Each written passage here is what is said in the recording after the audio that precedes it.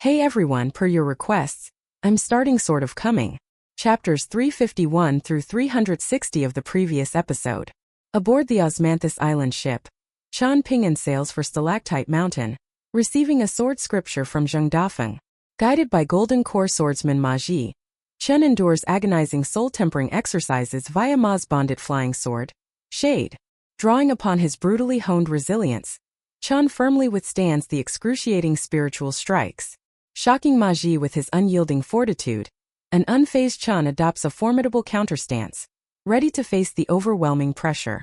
If you're able to, please support me on PayPal to help me stay active. Thank you.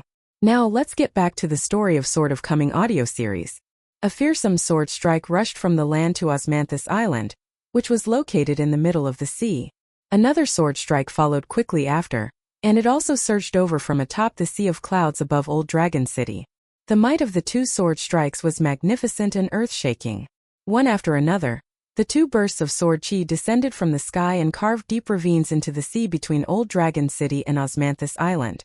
As Qian Ping'an closed his eyes to comprehend the sword intent, the old swordsman at the Golden Courtier had already returned to his senses. The old swordsman didn't attempt to seize the fleeting sword intent like Qian Ping'an, and he didn't try to borrow this external power. This wasn't because he was less experienced than a martial artist at the 4th tier, but it was because he was well aware of the risks and consequences. After a sword cultivator formed their own sword intent, there would be a big risk of causing internal conflict if they recklessly learned or absorbed the intent and essence contained within another sword cultivator's sword strike. Doing so could cause their pure sword intent to become mixed and impure. If the sword intents of the two sword cultivators were largely similar, however, then learning and absorbing each other's sword intent would naturally be beneficial. The sword intent of Ma Ji's bonded flying sword, Shade, was founded on the principle of seeking shade under a tree. Thus its sword intent was aligned with the spring chill, heavy snow, clear springs, and so on. At the same time, it was not aligned with large fires, scorching summer heat, furnaces, and so on. This was completely different from the killing intent and attacking nature of the two strikes from the clouds, which had seemingly been derived from the true intent of battlefields. Thus, the old swordsman naturally wouldn't follow the traces of these sword strikes to seize and learn their sword intents. In contrast, some junior sword cultivators who had only just advanced to the middle 5 tiers and possessed unstable sword intents might benefit from seizing and learning these sword intents even if they were starkly different from their own. Qian Ping'an stood still and subconsciously assumed the stance of standing meditation. Just how experienced and observant was Ma Ji? He naturally wouldn't disturb the young boy, while he was enjoying this small fated opportunity. In fact, he even purposely raised a hand and flicked his sleeve, casting aside some of the cool shadows offered by the ancestor trees. Not only that, but he actively grabbed some wisps of the fast-disappearing sword chi, allowing them to seep into the small courtyard such that Qian Ping'an could comprehend them to a greater degree. Meanwhile, Ma Ji felt an even deeper sense of respect and awe toward the sword cultivator in Old Dragon City. The Earth Immortals' sword strikes had been powerful enough to crush mountains and turn seas, and he had unleashed these strikes for the purpose of deterring his opponents. This wasn't very surprising. What truly determined the Earth Immortals' distance to the upper 5 tiers was, in fact, something beyond the external might of his strikes. Rather, one had to consider the cohesion of the sword intent. If the sword intent was scattered and its essence was chaotic, and if the sword intent leaked into the surroundings, then even if it was powerful, it reflected the swordsman's inability to flawlessly control their sword intent. The sword cultivator who had boldly unleashed the sword strikes from Old Dragon City had maintained cohesion in their sword intent even though the strikes had crossed so far into the sea. In fact, Ma Ji could only maintain this level of cohesion for about 300 meters more or less. How could he not exclaim in admiration? Sword cultivators at the 10th tier were also referred to as cultivators at the Earth Immortal tier, and they were only a step away from breaking through the barrier and advancing to the upper 5 tiers. Because sword cultivators possessed immense destructive power, they would often seem intense and unrestrained while they were at the middle 5 tiers. Thus, they would also appear more transcendent compared to ordinary nascent tier terrestrial immortals at the 10th tier. This could be seen with Wind Snow Temple's Wei Jin, who had comprehensively left the cultivation world to cultivate in seclusion before advancing to the unpolished Jade tier. By the looks of it, the old sword cultivator in Old Dragon City had definitely been seriously ticked off by someone on the Fan clan's Osmanthus Island. Otherwise, they wouldn't have unleashed such powerful sword strikes, and risked retribution from the heavens. Ma Ji used his mind to communicate with Aunt Gue, asking, Lady Gue, which powerful figure was that? Are they targeting our Fan clan? Or are they having a conflict with a passenger on the island? Aunt Gue hesitated for a moment before giving a vague answer, saying, It's most likely a transcendent cultivator from Old Dragon City, and they probably got into a conflict with some Jiang clan disciples from Parasol Leaf Continent's Jade Tablet sect. The Fan clan and Osmanthus Island needn't worry about them. We simply need to remain neutral. Ma Ji sighed with emotion and said, Since this is a fight between immortals from the mountaintops, all we need to do is enjoy the show. Aunt Gue smiled faintly and replied, That's only natural. Hold on. Did you say it was the Jade Tablet sect's Jiang clan? Matzi suddenly exclaimed in astonishment. Is this the Jiang clan that owns the Cloud Cave Blessed Land? However, Aunt Gue had already closed her mind and cut off this method of communication. She no longer responded to the old swordsman's questions. Ma Ji didn't think too much about this, and he simply dismissed this as Aunt Gue being worried about Osmanthus Island being caught in the crossfire, what with her peculiar identity and all. It was necessary for her to pay attention to the situation. Seeing that Chan Ping'an was still practicing standing meditation, Ma Ji decided to retract his flying sword and sit down by the stone table. There were numerous grotto heavens and blessed lands in the world, and the 10 large worlds, 36 small worlds, and 72 blessed lands were shared among Majestic World and the other worlds. They were divided by quality, and the Limpid Pond blessed land owned by Eastern Treasured Vile Continent's Divine Edict sect was a very low-quality blessed land. Meanwhile, the Cloud Cave blessed land owned by Parasol Leaf Continent's Jiang clan was quite an extraordinary blessed land. When Chan Ping'an finally opened his eyes, the old man smiled and asked, How was it? Chan Ping'an smiled and replied, I only understood the impressive nature of these sword strikes. However, I can't quite explain why or how they were impressive. After mulling over this for a long time, I was only able to vaguely gain some understanding. What a great pity. It would have been good if the sword strikes were a little bit slower. Should a sword cultivator at the Earth Immortal tier consult with you, Chan Ping'an, first before deciding the speed of their sword strike? Matzi remarked in amusement. Chan Ping'an scratched his head and replied, Of course I wouldn't dare to request this. Chan Ping'an suddenly became filled with anxiety. Perhaps a sword cultivator is trying to destroy Osmanthus Island? Ma Ji waved a hand and replied with a leisurely smile, No, they're simply at odds with some passengers from Parasol Leaf Continent who are currently on the island. It's because of this that they unleashed 2 sword strikes to display their might. Their sword strikes were very skillful, and they brought absolutely no harm to the foundation of Osmanthus Island. In fact, this can essentially be viewed as a display of goodwill toward Osmanthus Island. Otherwise, unless they fight in remote areas with few people, conflicts between Earth Immortals often result in their auras spreading into the surroundings when they're unable to contain their attacks. This is very common. Ma Ji explained things in simple terms, but he had actually considered much more than just this. The unknown sword immortal at the Earth Immortal tier was either someone who strictly adhered to the rules, or someone who had old ties with Old Dragon City's Fan clan. The latter was clearly more likely. Elsewhere on Osmanthus Island, the atmosphere was nowhere near as peaceful and harmonious as that in the small courtyard named Guemai. Jiang Beihai's expression was incredibly dark. An elderly nascent Tirngest elder from his clan was collapsed in a pool of blood, and his immortal robe worth an exorbitant amount of money, Ink Bamboo Forest, was completely destroyed. It would take a huge sum of money to repair, so much so that it would be better to purchase a new immortal robe altogether. However, the old guest elder wasn't severely wounded, and it wasn't long before he got to his feet in a shaky manner. He simply appeared to be in a pitiful state. This was because the might of the second sword strike had been largely blocked by the precious immortal robe bestowed upon him by the patriarch of the Jiang clan. The tall and skinny old man glared at Old Dragon City as he gritted his teeth and spat.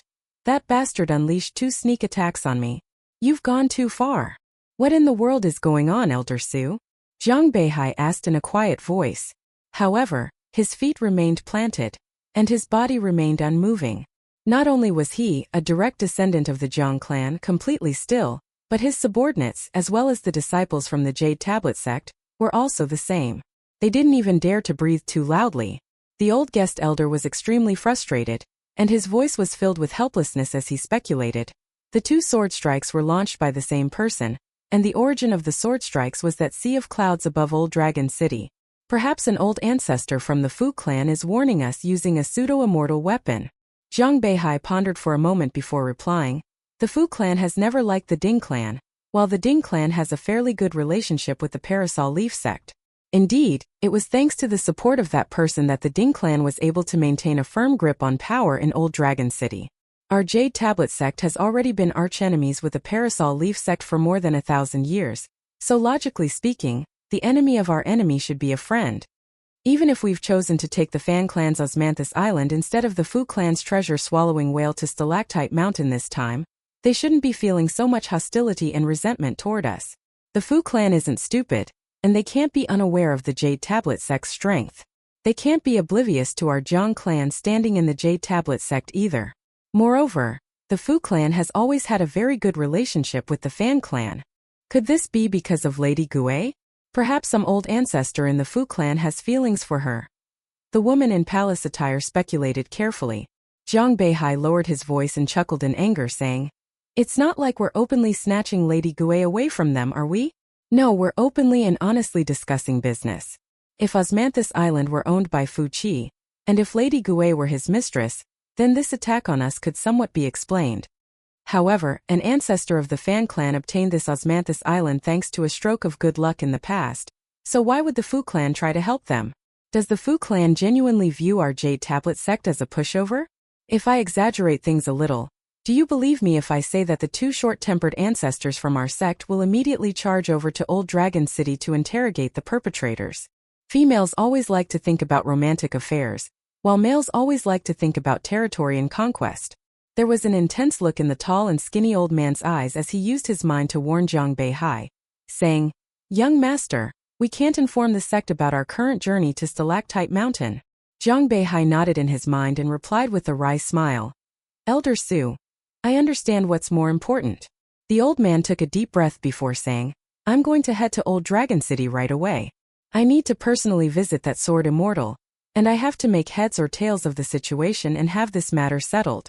Only then can we travel to Stalactite Mountain without any worries. I'll try to return to Osmanthus Island as soon as possible." "Be careful, Elder Su," Zhang Beihai said in a soft voice. "Rest assured, I definitely won't bring shame to the Jade Tablet sect, or the Cloud Cave Jiang clan." The old man immediately soared into the air after saying this, traveling on the wind as he sped toward Old Dragon City. Before this, the old man had already put away Ink Bamboo Forest, the immortal robe that was worth an exorbitant amount of money. As he traveled to Old Dragon City, his mangled wounds healed at a rate discernible to the naked eye. This was truly an immortal technique that could cultivate new flesh, as expected of a powerful nascent tier cultivator, who had long been renowned in Parasol Leaf Continent.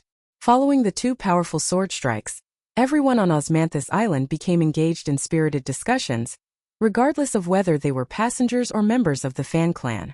Fortunately, all of them were experienced and knowledgeable cultivators from the mountains who traveled all over the world. Since these people had the right to personally travel to Stalactite Mountain, they were naturally capable people irrespective of whether they were merchants or adventuring cultivators. Even though they were astounded, they weren't frightened or flustered by the sudden turn of events. Osmanthus Island quickly sent people around to reassure everyone as well, so it wasn't long before things became calm again. After delivering medicinal ingredients from the foot of the mountain to the small courtyard named Gui Mai, Jian Su swiftly returned to her master, Lady Gui's side. Right now, the relaxed woman was in the rare mood to brew a pot of tea. Upon seeing her disciple return, she handed Jian Su a cup of hot tea. Jian Su sat down, and before she could even take a sip of her master's homebrewed tea, her mind had already calmed down thanks to the influence of her master. Lady Gui knew that Jian Su had many questions on her mind, yet she didn't want to talk about this matter too much. She smiled faintly and said, "This is undoubtedly an unexpected disaster for that young master from the Jiang clan. However, this is a blessing from the heavens for you and me. Jian Su, there's no need to ask any questions.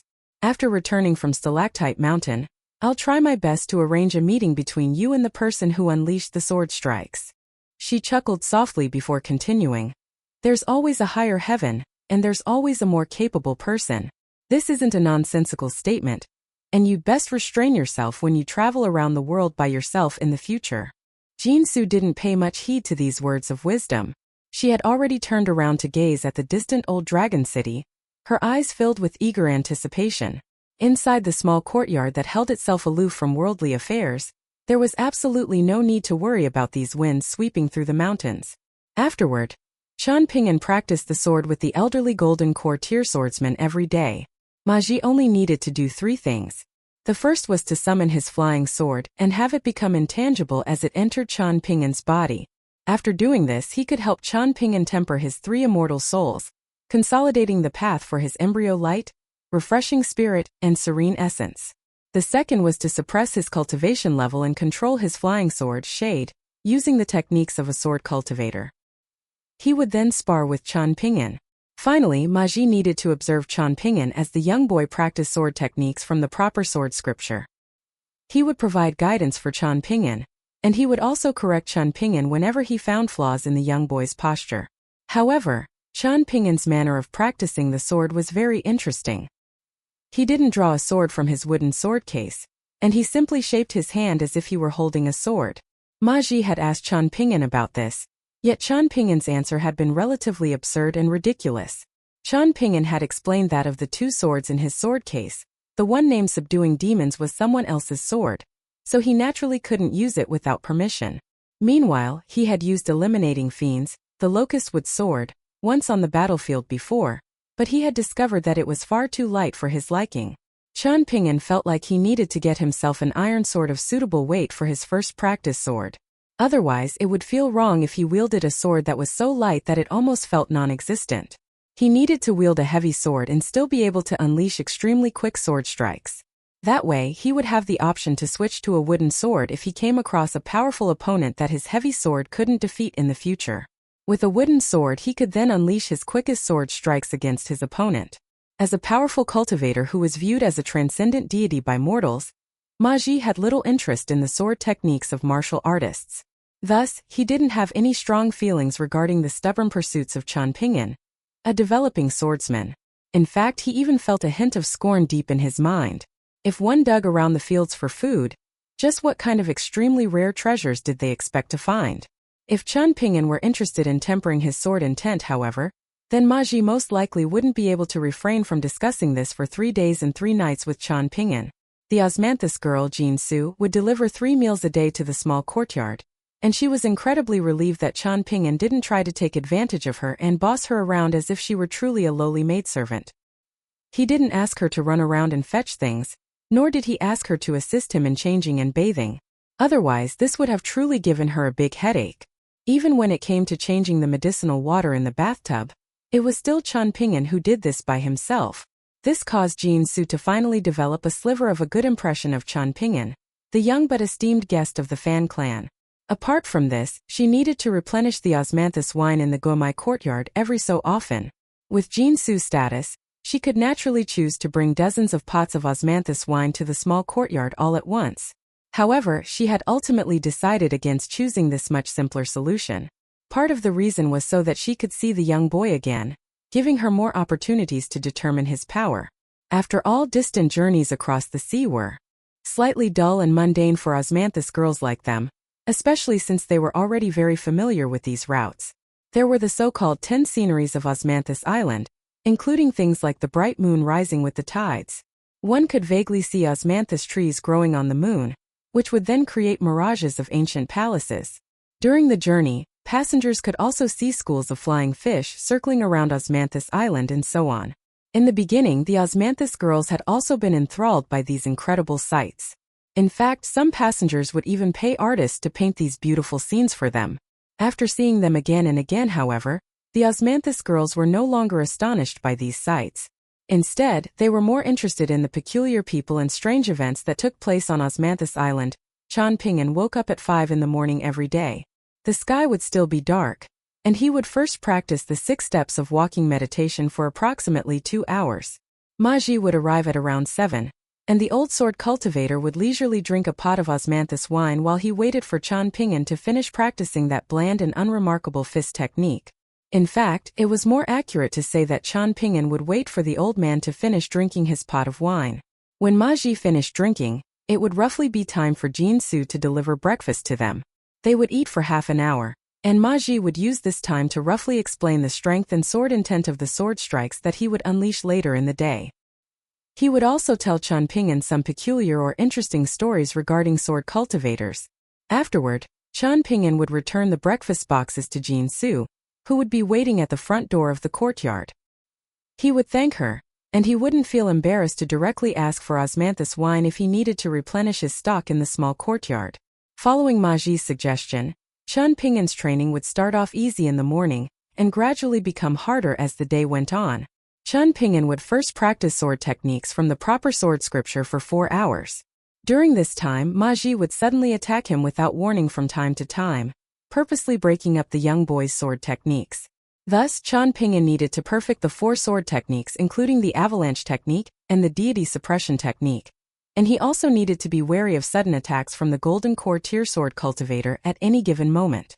On some days, Ma Ji might decide to directly move the afternoon sparring session to the morning. Before afternoon arrived, the two of them would definitely have lunch before beginning their sparring session. From the beginning until now, Ma Ji had silently raised his suppressed cultivation base from the abode tier to the sea observation tier, the 7th tier. While sitting beside the stone table and drinking by himself, the old sword cultivator would continue to unleash sword strikes and control his bonded flying sword, Shade, as it attacked Qian Ping'an. Ma Ji didn't care what techniques Qian Ping'an used to counter his sword strikes, be that his simple-looking fist technique that radiated with a frightening aura, the 4 offensive and defensive techniques that he had learned from the proper sword scripture, or a series of bastard fist techniques that were capable of killing his masters. All Ma Ji cared about was that Qian Ping'an could evade the flying sword furiously chasing him, or he could send it flying back with his punches or other attacks. It was often the case that Qian Ping'an would be riddled with injuries and his clothes in tatters before the afternoon sparring session even concluded. Sometimes, Ma Ji would slow down his attacks and give reprieve to the extremely disheveled Qian Ping'an. He would take a few more swigs of wine and peanuts, garlic clams, fried fish, pig ear salad, and such snacks would be more than enough for him to enjoy with his wine. Every time after Qian Ping'an was given the rare opportunity to take a breather, however, the next strike from the old man would definitely be ruthless and thunderous. Ma Ji might be enjoying some crispy fried fish, yet Qian Ping'an would be having his heart pierced by a lightning-fast sword strike. The flying sword would then fly around in an arc and pierce his heart a second time from behind. After seeing this, the old sword cultivator would sneer. If it weren't for my flying sword becoming intangible, you would have already died 2 times. You would no longer be able to enjoy this salt and pepper fish. Qian Ping'an, even if it's just for the sake of these small snacks, you should work harder. In order to guarantee the continuity of their sparring session, there was no notion of dinner in the Guimai courtyard. Instead, there would only be midnight snacks. Jin Su simply needed to leave some food by the door of the courtyard. Generally speaking, Qian Ping'an would stand still to take a beating starting from around 5 in the afternoon. Ma Ji's flying sword would soar through his soul to temper the strength and toughness of his 3 immortal souls. Starting recently, the old sword cultivator no longer explained his sword techniques to Qian Ping'an in detail. Rather, he simply adjusted his strength carefully, and let Qian Ping'an slowly ruminate the pain. Qian Ping'an both liked and disliked this period of time. He liked it because he understood the great benefit that this grueling training would bring to his martial arts cultivation. However, he disliked it because it would always remind him of his torturous experience in the bamboo building back in Downtrodden Mountain. Fortunately, the old sword cultivator was comparatively more reserved. This was unlike the barefoot old man, whose fearsome and relentless attacks had been like a god from the heavenly court pulverizing a mere mortal to death in a cruel and merciless manner. Because of this, the training sessions in the Guimai courtyard were far more relaxing than the training sessions in the bamboo building. Not only was Qian Ping'an able to withstand them, but he could even use this opportunity to practice walking meditation as well as the 2 defensive techniques from the proper sword scripture, the mountain technique and the armor-wearing technique. As time went on, the young boy seeking joy amid pain eventually managed to discover something interesting. That was, if he practiced the avalanche technique that involved furious speed and complex movements while gritting his teeth and facing the excruciating pain brought about by being disemboweled, having his heart pierced and hit organs minced, and so on, his sword strikes would gradually become quicker and quicker. As a result, Qian Ping'an's comprehension of his offensive technique grew at a rapid and almost divine speed. After a while, Qian Ping'an almost felt as if he were genuinely holding a celestial sword as he feigned holding a sword and unleashed the avalanche technique. It was as if sword light were genuinely about to soar into the sky and illuminate the small courtyard with its cold radiance. It would often be 9 at night when their sparring session finally came to an end. After an entire day of training, Chen Ping'an would head off to boil some water before placing the necessary medicinal ingredients into the bathtub. While waiting for the water to boil, he would walk to the entrance of the courtyard to collect the food delivered by Jin Su. The old man and the young boy would use the stone table as a dining table and enjoy a midnight snack. If Chen Ping'an had serious injuries, or if his body was drenched in blood, he would immediately jump into the bathtub before joining Ma Ji to eat his midnight snack. Even if Ma Ji ate first, he would still remain seated by the stone table and wait for Chen Ping'an to join him. While the young boy ate, he would summarize the good points and bad points of the day's sword training session. This was similar to reviewing a finished game of Go. Ma Ji was a golden core tier sword cultivator, after all, so he naturally possessed keen observation skills and unique insights. Even though his cultivation base was far lower than that of Cui Chan's grandfather, Ma Ji was more willing to delve deep and clearly explain some matters. Chen Ping'an received satisfactory responses to most of his questions. After cleaning up the food boxes, Chen Ping'an would continue to practice walking meditation from the mountain shaking guide. Even if 10 or 100 years passed, and no matter what height his cultivation base reached, Chen Ping'an might still insist on practicing this crude and most elementary fist stance. Chen Ping'an would return to his room to sleep when midnight arrived. He would repeat an almost identical schedule day after day, and before he knew it, he had already experienced over 30 sunrises and sunsets on Osmanthus Island. Of the 9 scenes in the sea, 3 had already quietly passed. Another 10 days passed, and the old sword cultivator suggested that it was appropriate for Chen Ping'an to take a break from cultivation. They were about to pass the 4th scene on the route, so Chen Ping'an should head over to the ancestor Osmanthus tree to enjoy the scene. Since the old man said this, Chen Ping'an decided to take his advice. It was coincidentally dawn when Chen Ping'an arrived at the mountain peak of Osmanthus Island. It was already teeming with people, and gazing afar, he could see a gigantic opening in front of them.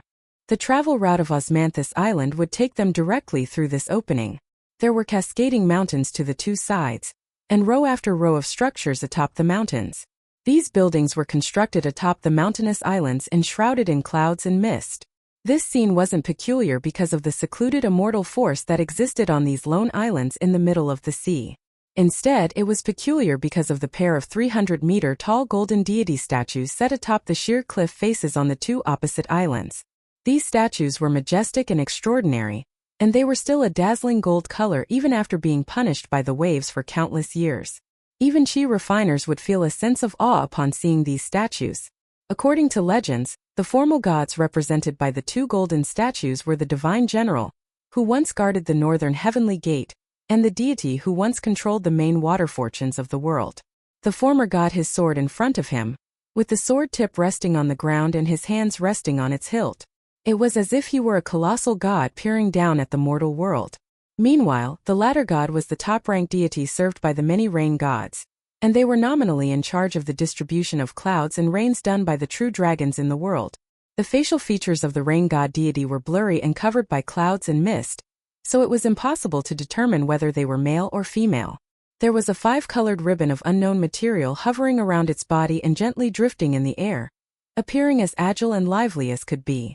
This brought life to the giant statue of the deity whose golden body had already disappeared tens of thousands ago, making it seem as if the deity were still alive and wielding its divine might in the mortal world, controlling the water fortunes over the entire southern region. Chen Ping'an sat down cross-legged on a long bench attached to a railing on top of the mountain. He faced the 2 statues and slowly drank wine. The chi refiners beside him were mostly conversing using the official dialects of Complete Reed Continent and Parasol Leaf Continent, although some would occasionally speak in the dialects local to Old Dragon City. Chen Ping'an naturally couldn't understand them. Fortunately, there was a chi refiner from Osmanthus Island's fan clan not far away from here. She looked like a young girl, yet she wasn't dressed like the other Osmanthus girls. Her voice was crisp, and she was most likely responsible for explaining the unique nature of this scene in the sea. She was using the official dialect of Eastern Treasured Vile Continent to expound on this scene of the 2 gods confronting each other, and she described to the passengers the origin of these 2 divine statues. In addition to this, She also introduced them to the long history of the immortal force that existed atop the mountains. Someone asked her why Osmanthus Island wasn't going to dock here, and the young girl from the Fan clan smiled and explained that this immortal force never accepted any visiting vessel, even though they allowed these vessels to pass. If anyone dared to enter the islands without permission, they would be immediately driven out, and that was the fortunate case. If things were more severe, they might be imprisoned in some jail on the islands. In fact, there had even been tragic cases of people being directly executed by that immortal force. In the end, the young girl smiled and told the passengers from the mountains that they would come across the next scene in 5 days. This was an especially magnificent scene, and it was something that they shouldn't miss. Osmanthus Island slowly sailed between the two cliff faces. An embroidered ball suddenly rushed down, flying toward a young man who was enjoying the scenery atop the mountain. The young man subconsciously caught the embroidered ball and dazedly looked up at the cliffs, unsure of why that immortal force was doing this. The young chi refiner from the Fan clan was stunned, and she hurriedly exclaimed, "Young master, I've heard from my seniors in Osmanthus Island that this is the way females from this immortal force look for husbands. She's taken a fancy to you, and this is a 100-year fated opportunity. Young master, if you're yet to marry, you definitely have to agree to this relationship. Even if you're already. In any case, only celestial maidens who are direct disciples of this immortal force have the right to toss embroidered balls toward passing vessels. You truly shouldn't let slip such a profound fated opportunity. Young master, you definitely have to consider this carefully." As the young chi refiner held the embroidered ball and looked up at someplace on the steep cliffs, it was clear that he was experiencing an examination in his mind's lake. After a while, the young man seemingly passed this examination, and the embroidered ball created from a colorful ribbon suddenly unfurled and tied itself around the young man's wrist. Meanwhile, the other end of the ribbon flew toward the mountain peak, bringing the young man along with it as it drifted toward a colorful building located beside the deity statue's feet atop the cliff. There was a breathtakingly beautiful young woman inside the colorful building, and her cheeks were flushed red as she tightly gripped the other end of the colorful ribbon. There were several women with extraordinary immortal auras standing around her, and they were smiling faintly as if giving their blessings to this pair of divine lovers who were like a match made in heaven. Qian Ping'an witnessed everything, and he didn't feel envy or jealousy as he watched the young man ascend to the heavens in a single step. He didn't sigh with emotion and muse about the peculiar encounters in the world either. Instead, he was only slightly adrift. Just then, the young man had only been standing a dozen or so paces away from him. When the young girl from the Fan clan had mentioned whether he was married or not, the young man's expression had clearly changed ever so slightly. However, a profound fated opportunity had been sitting in front of him, so he had resolutely abandoned his wife with whom he had gone through thick and thin.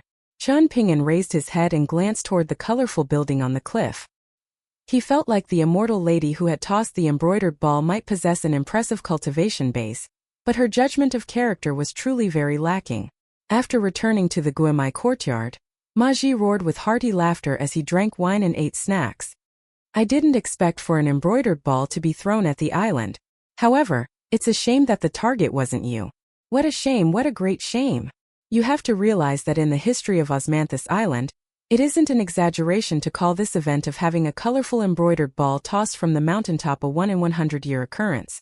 However, it's a shame that you couldn't attract this romantic fated opportunity." Qian Ping'an grimaced upon hearing this, and the playful expression disappeared from the old man's face as he continued in a soft voice. In fact, all 10 scenes of Osmanthus Island contain fated opportunities, some big and some small.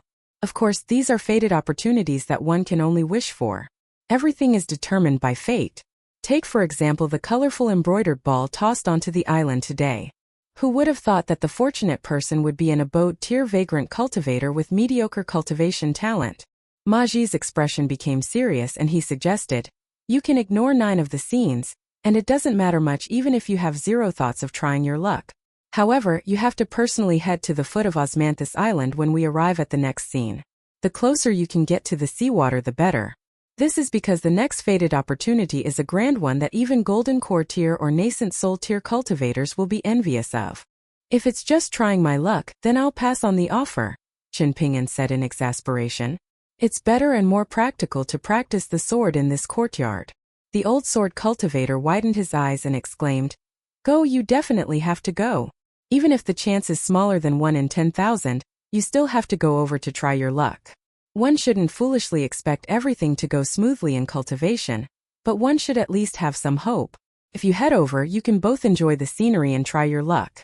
Even if you fail to obtain the grand fated opportunity, it's not like you're going to lose anything in the process. Why, you little brat? Remember this, the words "what if" are the most terrifying words for chi refiners, but it's also the most sought-after outcome for chi refiners. Mr. Ma, I'm not a chi refiner. I'm a pure martial artist, Chen Ping'an said carefully. The old sword cultivator slapped his forehead before standing up and fuming. You're truly making me angry. You can train by yourself for the next 2 days. I need to wander around to relax my mind. Facing a stubborn person like you all day long is seriously boring. Sure enough, Ma Ji didn't show up at the Guimai courtyard for the next 2 days. That being the case, Chen Ping'an could only practice the sword by himself. Afterward, the old man appeared travel-worn as he returned to the Guimai courtyard and met Chen Ping'an for a brief moment.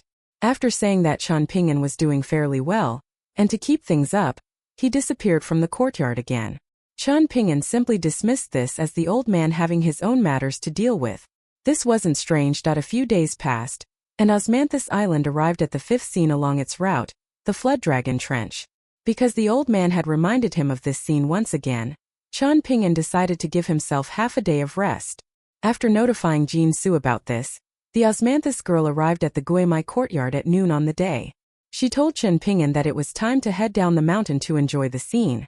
Because he was an Osmanthus guest of the Fan clan, there was a special and serene path for him to take down the mountain. There were few people on this path, and Jin Su explained the origin of the Flood Dragon Trench to him as they walked side by side. Many flood dragons and their kin resided in that ocean trench, most of them with impure and mixed bloodlines. The pure-blooded ones among them would use their innate abilities to travel to the several continents on land. They would soar through the skies and manipulate clouds and unleash rain. A return trip would require them to travel on the wind for tens of thousands of kilometers, and when they finally returned to their den, they would be absolutely exhausted. Without the restriction of rules and without commands from a deity, there would often be flood dragons who used their mystical powers to wantonly unleash rain.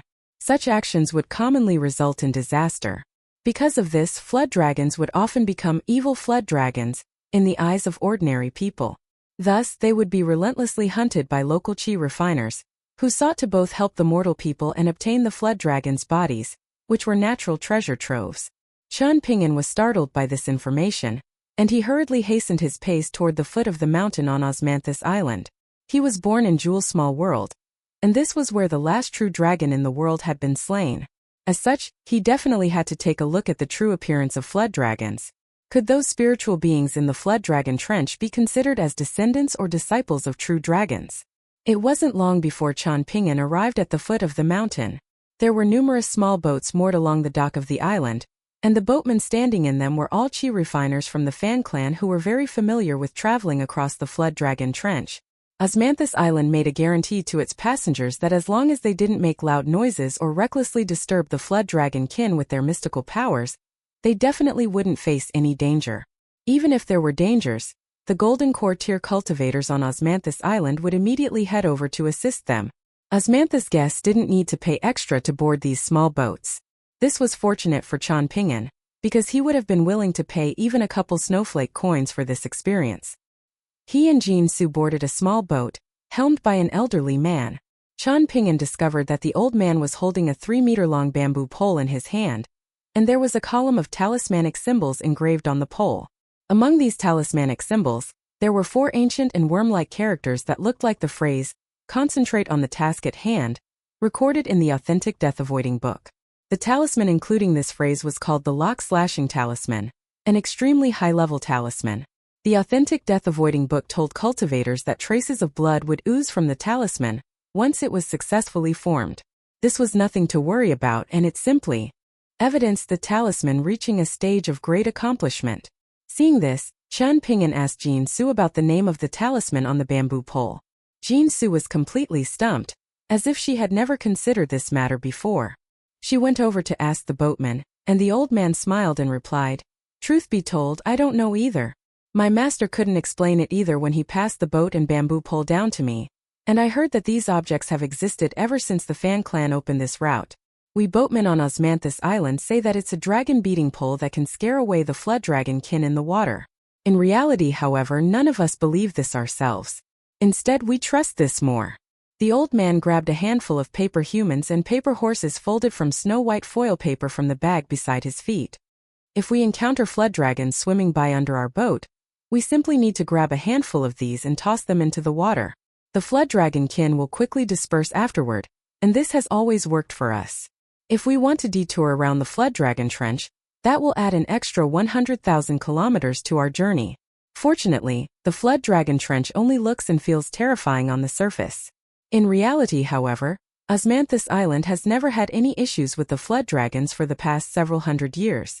In other words, there's nothing for you to worry about.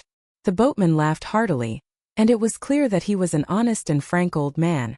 In any case, if something untoward were to truly take place, that would genuinely be a catastrophic disaster that even Osmanthus Island would find difficult to flee from, to say nothing of our small boat. There are so many flood dragons and related species present, so just how frightening would it be if they all made waves in unison? If you ask me, I'd say that even a nascent tier sword immortal might find it difficult to escape from the flood dragons if they dared to challenge them here. There was displeasure on Jinsu's face as she grumbled. There's a guest on board, so why are you saying such inauspicious things? The old boatman blushed with shame and relented. I'll stop. Please take a seat, young master. We'll head over to enjoy the spectacular scenery of the flood dragon trench right away. I guarantee that everything will be safe and sound. The flood dragon trench was an ancient ocean trench, and the water was so clear that one could see the bottom of the ocean in many places. It was more than 5 kilometers wide, and it stretched for thousands of kilometers in length. Flood dragons and their kin lay along this trench, and they came in many sizes and colors. Some were as thin as an arm, while others were as thick as massive tree trunks. It was rumored that the eyes of the largest flood dragons were as large as big boulders. Scales visibly glimmered under the water, and the sight of this instilled fear in people and scared them into silence. They didn't dare to speak, lest they disturb the flood dragons and bring calamitous wrath upon themselves. The old boatman suddenly pointed at someplace in the sky. Look over there, young master. That's an exhausted flood dragon returning to the trench after controlling the rain over a piece of land. Oh, it seems like it's quite heavily wounded as well. It was most likely treated as a target by the chi refiners in southern world continent, and they probably pursued it for a long time. Indeed, not every flood dragon is fortunate enough to make it back alive. Some of them die while returning, and their corpses often become surprise windfalls for passing intercontinental vessels. However, Osmanthus Island is very kind, and we won't drag the floating corpses of the flood dragons onto the island. Instead, we'll place them on the reef of the island and bring them back to the flood dragon trench. Chan Ping'an and Jinsu looked in the direction that the old boatman was pointing in, and they saw a colossal figure plummeting from the sea of clouds and crashing into the sea in the distance. There was a gigantic splash. Fortunately, the exhausted flood dragon had landed several kilometers away from Osmanthus Island, and its violent landing had little effect on the small boats traveling across the sea. The small boats simply rocked back and forth with a bit more vigor. The small boats slowly drifted forward along the two sides of Osmanthus Island, and they would almost never stray too far from the shore of the island. They would only be 1 or 2 kilometers away at most. The seawater was clear, and the numerous small boats were like hovering swords that had stopped in midair. Meanwhile, there were many slumbering and playing flood dragons in the depths of the sea. They appeared like dragons lying coiled on top of mountains, and the sight of this made people forget that they were enjoying this spectacle from the surface of the sea. Chan Ping'an suddenly furrowed his brow. He reached back and wrapped his hand around the hilt of a sword in his sword case as he asked in a solemn voice, "Are these flood dragons and their kin considered among mountain and water spirits?" The old boatman simply regarded this as a naive question from the young boy. The small boat was now a kilometer away from Osmanthus Island, and they were soon going to arrive above the deepest stretch of the flood dragon trench. Looking down, the water was so deep that they couldn't see the bottom anymore. Perhaps the young boy was feeling a little afraid? The boatman smiled and replied, "In the ancient past, these flood dragons and their kin were regarded as royal beings of heaven and earth. But times have changed and the situation is also different. You are not wrong. These creatures can only be regarded as some of many mountain and water spirits now." He chuckled before continuing, "Don't be scared, young master. Osmanthus Island is a regular visitor here. According to the genealogical records of the Feng clan, one of our ancestors even witnessed an intense battle between two nascent tier chi refiners in this area. Even though the flood dragon trench was itching to make a move, in the end, not a single flood dragon leaped out from the water. Thus, the rule that prohibits passengers from making loud noises is actually just Osmanthus Island trying to scare ordinary guests. Since young master is an Osmanthus guest, I'll stop trying to act mysterious in front of you as well. Jinsu shot an annoyed glare at the old boatman. After all, how could he reveal the secrets of the Fan clan so carelessly? The old boatman shrank back a little and continued to steer the small boat. From time to time, he would grab a handful of snow-white paper humans and paper horses and toss them into the water. Apart from these, there were also exquisitely crafted paper buildings and paper vehicles. Then suddenly, the old boatman's eyes suddenly widened in shock as he gazed somewhere in front of them. Oh no! Someone's trying to frame Osmanthus Island. Aunt Gui flew over to the small boat from Osmanthus Palace atop the mountain at almost the exact same moment.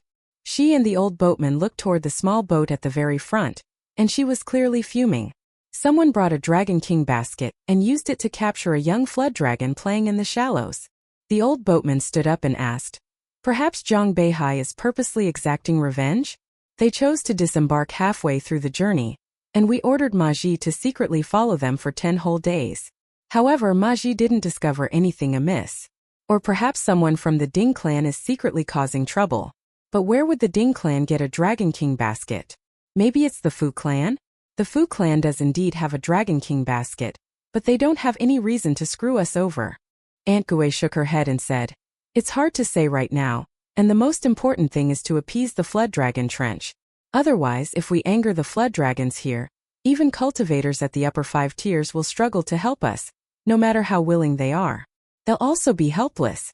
The thousands of people on Osmanthus Island, damn, what should we do?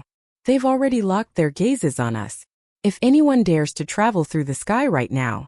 The old boatman's expression became stern, and he immediately ordered, "Everyone immediately return to the island. Chi refiners on Osmanthus Island, don't rise into the air and leave without permission.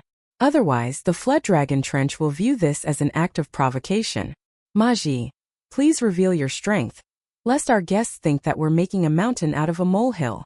Maji drew a sword and furiously threw it into the air. The sword was as quick as lightning, and it was definitely quicker than the speed of golden courtier cultivators traveling through the sky. However, the sword only managed to travel a few kilometers from Osmanthus Island before it was forcefully suppressed by a projection of a claw from the sea of clouds. The flying sword instantly shattered in the sky. Maji threw another sword through the air, but the outcome was the same. Aunt Gui turned to Jinsu and Chan Ping'an and said in a gentle voice, "The two of you can return to the Gomai courtyard first. No matter what happens, remember to hold on to the root of the osmanthus tree, as if your life depends on it. Only by doing so will you have a sliver of a chance to live."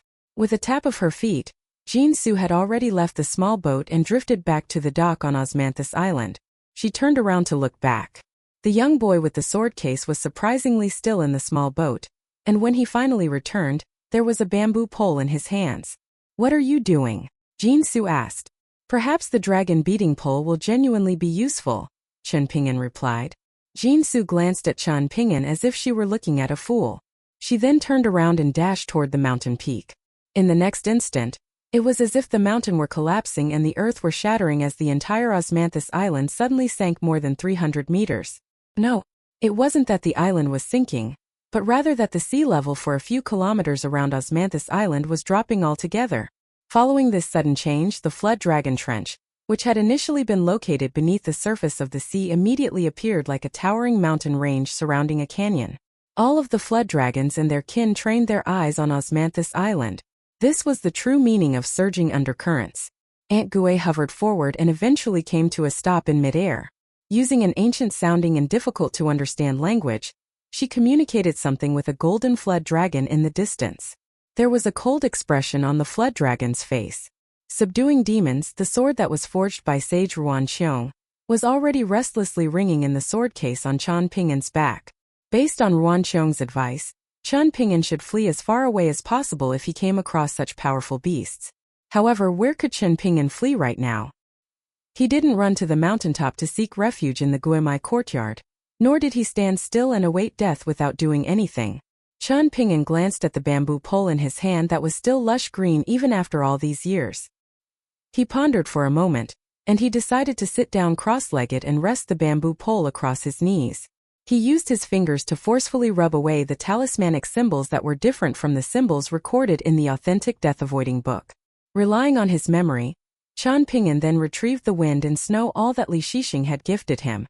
When he breathed on the tip of the brush to moisten it, the tip of the brush became vermilion red as if it had been dipped in concentrated ink. The left-handed young boy smiled and placed the bamboo pole to his left. He then focused his mind and raised his hand, with the calligraphy brush with the characters writing as if assisted by the gods. He started to write on the bamboo pole the so-called lock-slashing talisman from the authentic death-avoiding book. This was called making a last-ditch effort. If this still didn't work, then he would have no option but to draw subduing demons, the sword forged by sage Ruanqiang. He would have to emulate the stunning feats from those ancient books, slaying flood dragons like those sword immortals of yore. Sure enough, traces of blood materialized above the lush green bamboo pole after Qian Ping'an finished engraving the talismanic symbols. This allowed the young boy to calm down slightly, and he held the bamboo pole in his hand as he leaped toward a lone boat floating on the sea, not moored to the island in time. Standing in the small boat by himself, Qian Ping'an took a deep breath, then reached out and slapped the two sides of the boat. The small boat shot forward like an arrow. Qian Ping'an rested the bamboo pole on his shoulder, grabbed the sword nurturing gourd from his waist, and took a swig of wine. At the same time, he silently spoke to himself in his mind. Lock-slashing talisman. What is it locking and what is it slashing? It's best that it's ancient sword immortals slashing dragons, and it's best that it's locking dragons like the Iron Lock Well from my hometown. Let's see if it works like that. Flood dragons and their kin filled the sea surrounding Osmanthus Island.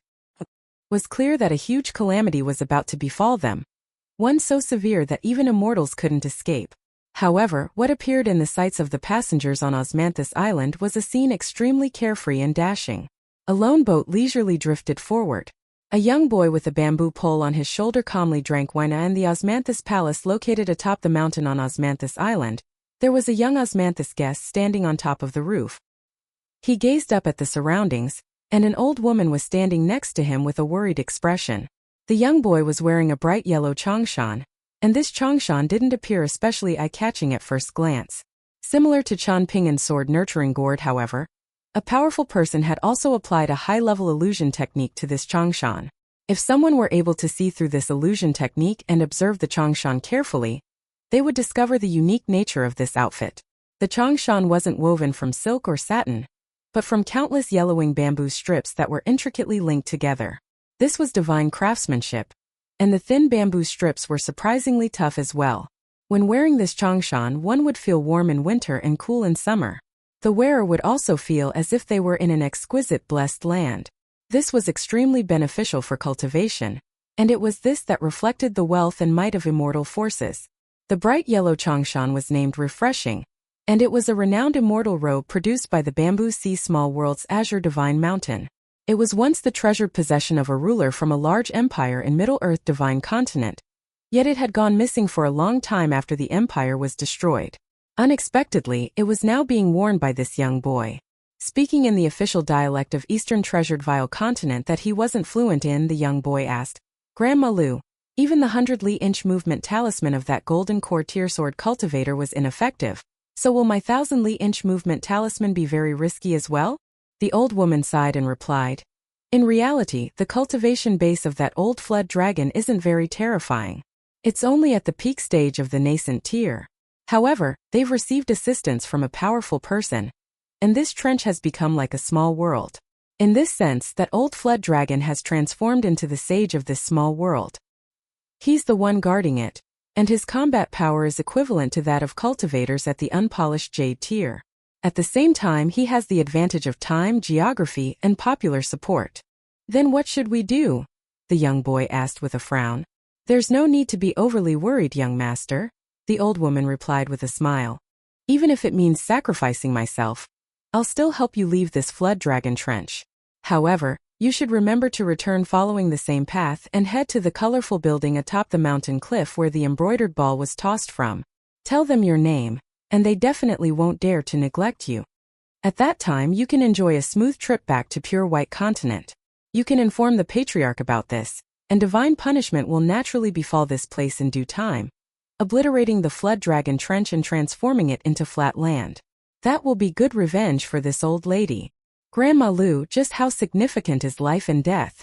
How can you dismiss it so easily? The young boy grumbled. I don't want you to die here. We still need to return home together. The old woman's expression remained calm, and there was a kindly look on her face as she looked at the young boy and said with a faint smile, I am not resigned to my death. However, I can't sob and put on a worried expression in front of you all the time, can I? With my elderly age, I truly can't bring myself to act. The old woman suddenly remembered something, and she glanced at the jade thumb ring on the young boy's hand and said in a soft voice, Young master, remember to take good care of this minimization treasure passed down by our ancestors. Don't be careless and take out treasures from it in front of other people. And when traveling around the outside world, don't try to rashly examine the character of other people either. The human mind is often unable to withstand scrutiny. The dry and wrinkled face of the old woman appeared slightly adrift after she said this. After all, every old woman in the world had once been a young girl. The young boy in the bamboo changshan pointed at the lone boat in the sea and remarked, Grandma Lu, look at that young boy with the bamboo pole on his shoulder. He's around the same age as me, isn't he? How impressive, courageous, and dashing. He's far more impressive than me. When I return, I'm definitely going to ask a masterful painter to illustrate this scene. Grandma Lu shook her head and chuckled. Don't try to emulate that young boy's rashness. Young master, you're not just the esteemed son of a wealthy and powerful clan. If anything untoward were to happen to you in this region between Eastern Treasured Vile Continent and Southern World Continent, then that would truly be an incredibly troublesome matter. Grandma Lu, I've already gone through a lot of examinations and training. Don't treat me like a child all the time, okay? The young boy replied in exasperation. The old woman smiled and remained silent. Those examinations and training adventures had indeed seemed perilous, but had there not been some grand elder watching over him every time? In reality, their journey this time was a long one that had started with a trip from pure white continent to complete reed continent. Afterward, they had traveled south to the Eastern Treasured Vile Continent, where they had visited Divine Edict Sect, Lakeview Academy, and the Cloud Forest Zhang clan. In the end, they had arrived at Old Dragon City and continued south to Parasol Leaf Continent. They visited both Parasol Leaf Sect in the north and Jade Tablet Sect in the south, and the young master had almost entered the Cloud Cave Blessed Land. Their journey had been smooth sailing and trouble-free. All this time, however, the old woman was unable to understand why she had been tasked with guarding the young master by herself. Wasn't this too careless? A chi refiner at the nascent tier wasn't weak, but just how lofty was young master's status? Take for example the dire situation they were currently facing in the Flood Dragon Trench. If there were an unpolished jade tier sword cultivator guarding the young master wouldn't even need to bat an eyelid. He definitely wouldn't need to feel afraid either. Instead, he could simply spectate the battle from afar. Outside an ordinary courtyard located halfway up the mountain on Osmanthus Island, there was a young beautiful girl inside a small pavilion. She was wearing a top and a long skirt, and a colorful robe was tied around her waist. There was fury on her face as she confronted this mysterious calamity, and she felt extremely angry at Old Dragon City's Fan clan. Even so, she still composed herself and finished brewing the pot of tea. After finishing the tea, she put away the tea set piece by piece. Only then did she start to mull over a plan. However, she felt slightly discouraged when she witnessed the miserable death of the Golden Core tier sword cultivator. Death was most likely inevitable. The young girl appeared anxious as she lightly drummed the table with her fingers. There's no reason for my fortune to be so bad, she murmured to herself. I even performed divination on myself in Old Dragon City, and it was because of that divination that I chose Osmanthus Island over the mountain and sea turtle. Theoretically speaking, the results shouldn't have been wrong. I should obtain one or two fated opportunities along the way as well. How can I possibly suffer an early death here instead? The young girl stood up and tapped her feet, jumping onto the roof of the pavilion. She looked down, and her range of vision instantly became wider than before. She gulped and slowly went from a standing position to a squatting position. She started to pinch her fingers and perform divination, and she murmured, "Perhaps there's a mighty figure hiding somewhere? Or perhaps the person destined to resolve this situation hasn't arrived yet. No matter what, This shouldn't be a deadly situation with no solution. Definitely can't be. Allow me to perform a divination on you, woman who's facing off against the elderly golden flood dragon. Oh, as it turns out, you're Osmanthus Island itself? How strange, you're not the one destined to resolve this situation either. Now let me take a look at this old boatman who's hiding his true strength. Huh. He's a chi refiner who's fallen from the nascent tier to the golden core tier? His wounds are still yet to fully heal. As expected, a real old boatman with many stories. However, you won't be able to resolve the situation either. As for this stupidly brave young boy, forget about it. So be it if he's just carrying a bamboo pole on his shoulder, but drinking wine as well? TSK, he's far too interested in showing off. Does he genuinely think he's an upper 5-tier sword immortal? What an idiot. That being the case, does the key to resolving this situation lie on the mountain? Perhaps an immortal is currently observing the situation from the mountain? And when the old dragon lets its guard down, the immortal will deal a killing blow. Let's see. Oh, there's genuinely a powerful person concealing their presence. However, it's a shame that they're not the one destined to resolve this situation either. The young girl scratched her head with both hands. Her cheeks were flushed red, and it was clear that she was feeling slightly anxious and uneasy. The pearl hairpin in her bun also became crooked, causing her black hair to become messy. Don't fret, don't fret. Master personally said that all unstoppable momentums in the world have hidden within them a singular notion that can evolve into all matter. Even that Tao ancestor is pursuing this notion. The same applied to that true dragon, and the true mystical nature behind Jewel's small world also pertained to this. The sword chi great wall is also the same. Everything is the same. While the young girl was at a complete loss, Jin Su, the Osmanthus girl from the Guemai courtyard, was looking back 3 times with every step. She saw her master having a dangerous face-off against the elderly golden flood dragon, and she saw the old boatman, most likely the golden courtier cultivator, guarding Osmanthus Island. Of course, she also saw the young boy with a sword case on his back taking a boat back to cause more trouble. Jin Su knew that she shouldn't feel resentment toward the young boy who was standing up in this moment of peril, yet she couldn't help but feel increasingly angry at him for some unknown reason.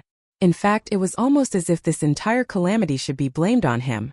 Only by thinking this could she feel slightly better. Jin Su wasn't willing to dwell on this. She was even more unwilling to admit that her unfounded anger wasn't brought about by Chen Ping'an, an outside guest, not doing good enough. Quite the contrary, in fact, as it was his decision to resolutely stand up that silently highlighted her cowardice. In fact, she didn't even possess the courage to stand side by side with her master to face their enemy. While teetering on the precipice of life and death, there were some who feared death and greedily craved life, choosing to yield to the situation and retreat from danger. However, there were also those willing to give up life for the sake of righteousness, choosing to march forward in the face of difficulty and seeking life from near certain death. To youths who had just set foot on the path of cultivation and the bridge of immortality, the former was not necessarily wrong, and the latter was not necessarily right. On the sea in front of Osmanthus Island, there were 2 small boats drifting beside each other. The old boatman failed to persuade Chen Ping'an to return after several attempts. However, he was genuinely unwilling to see the young boy lose his life here, so he became slightly frustrated as he scolded. Lady Gui has already explained the power of the old flood dragon to you, so why do you still insist on staying here? What an absolute farce. Lady Gui smiled bitterly and said, We're utterly surrounded, so we're left with no option but to fight to the death. The old boatman suddenly lowered his voice and said, Lady Gui, you have to live on. The Fan clan.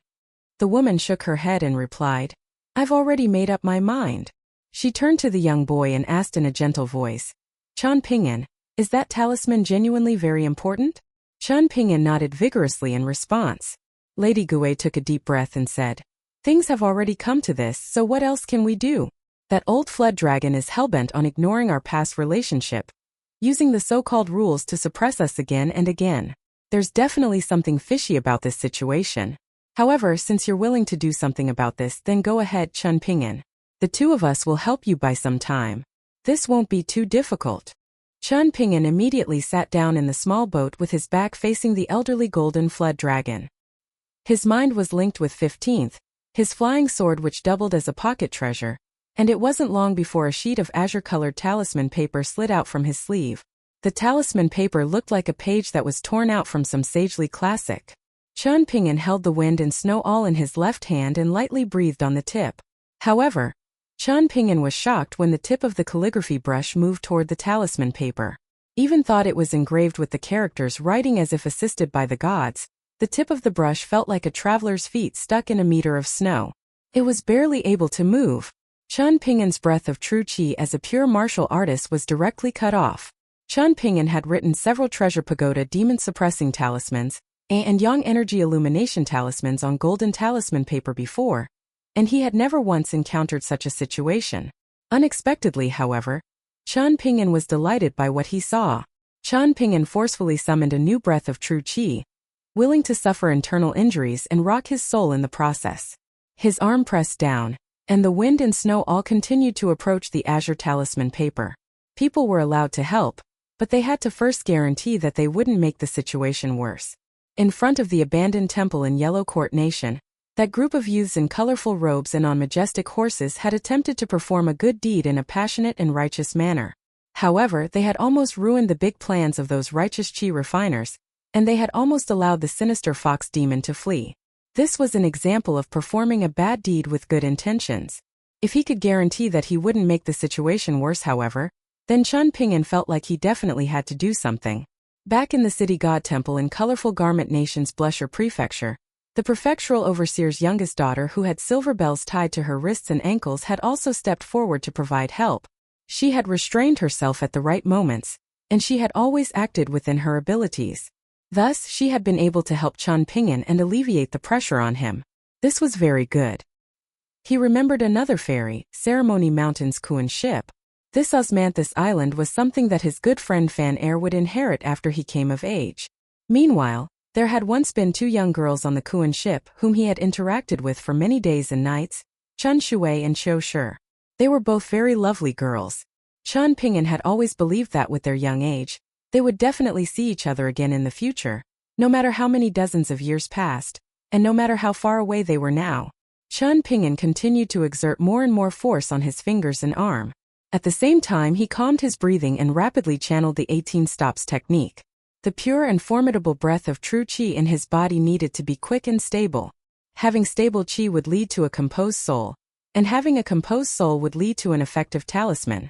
Thinking back to the past, everything ultimately came down to being stable and composed. When molding pottery and firing pottery, he had also needed to stabilize his mind in order to stabilize his hands. The tip of the wind and snow all finally came into contact with the azure talisman paper. A small speck of light instantly burst apart. It was as if a bright moon were rising above the sea. Qian Ping'an was unfazed by this, and his mind was completely focused on drawing the lock-slashing talisman. He needed to engrave 8 entire characters on the azure talisman paper, concentrate on the task at hand, decree of the rain gods. At this moment, the young boy was sitting cross-legged in the small boat and completely immersed in the act of drawing the talisman, losing his sense of self. Qian Ping'an didn't appear anything like a pure martial artist, as he held the brush and wrestled with the ancient talisman paper. He didn't appear like a sword cultivator either. Instead, he appeared like a scholar who was copying texts amid mountains and water. He would worry about the success of this talisman after he was finished drawing it. This attitude was identical to the attitude that he had held toward the mountain-shaking fist. Whether the fist technique was powerful or not, he would worry about this after he finished practicing it 1,000,000 times. If Qian Ping'an didn't do something today, he would feel like he was letting down his fist technique, his sword training, the wine that he had drank, and all the people that he had become acquainted with. The moment that Qian Ping'an raised the calligraphy brush to draw the talisman, the flood dragons and their kin in the flood dragon trench had already started to move under the command of the elderly golden flood dragon. Moreover, they were going all out even if they were facing weaker enemies, with the hundreds upon thousands of flood dragons and their kin lurking in the trench rushing out and charging toward Osmanthus Island along with the towering seawater. Only the region where the elderly golden flood dragon lay coiled appeared especially calm. The old boatman tossed the Dragon King basket in his hand beside his feet. Whether this young flood dragon lived or died was already irrelevant and unable to change the course of the current events. The old boatman glanced at the young boy behind him, and it was as if the young boy with a sword case on his back were bathing in the white and pure glow of moonlight. Qian Ping'an, his calligraphy brush, and the talisman paper had seemingly become one, and it was as if they were in a small world that measured 3 meters in each direction. The old boatman couldn't help but silently praise Qian Ping'an. This young boy was truly displaying signs of being very impressive. Even though his cultivation base was low, this had little to do with the level of one's cultivation. The old boatman had to admit that he hadn't possessed such an impressive spirit and aura when he was young. He quickly retracted his gaze and said in a quiet voice, "Lady Gui, Osmanthus Island is facing a huge crisis right now, so why don't you hand the safety of Qian Ping'an and this talisman to me for the moment? You only need to focus on protecting Osmanthus Island. Also, tell Ma Ji and the others to make haste and warn all of the passengers on the mountain about the danger. Tell the passengers not to hide their strength and cultivation anymore. They can sort out their differences and calculate the necessary remuneration and compensation after Osmanthus Island makes it through this crisis. The old flood dragon's decision to target us this time is extremely strange.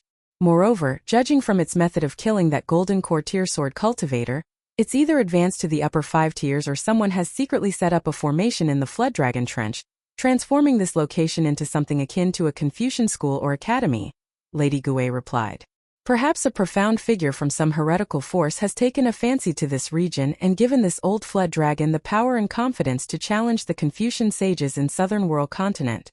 In any case, regardless of whether it's at the unpolished jade tier or it's a pseudo-sage, it will definitely be very difficult for you to deal with it alone." Lady Gui appeared slightly hesitant, and she didn't hurry back to Osmanthus Island straight away. In fact, she purposely spoke at a slower speed than normal, using this time to weigh things up. After so many years of cultivation, Lady Gui understood that doing one proper thing was better than doing 10 or 100 random things during difficult times. As if breaking through an embankment, seawater crashed down from 3 directions, surging toward Osmanthus Island at the bottom of the bowl. Apart from the ancestor Osmanthus tree on the peak of the mountain, all of the over 1,000 Osmanthus trees on Osmanthus Island shed leaves at this moment. Before these leaves could fall to the ground, however, they all rose into the air in a structured manner. Gradually coming to a stop in midair, the leaves formed a dome that enveloped Osmanthus Island. The next moment, the Osmanthus leaves instantly combusted and disintegrated into dust, leaving only orbs of emerald green spiritual energy in their place.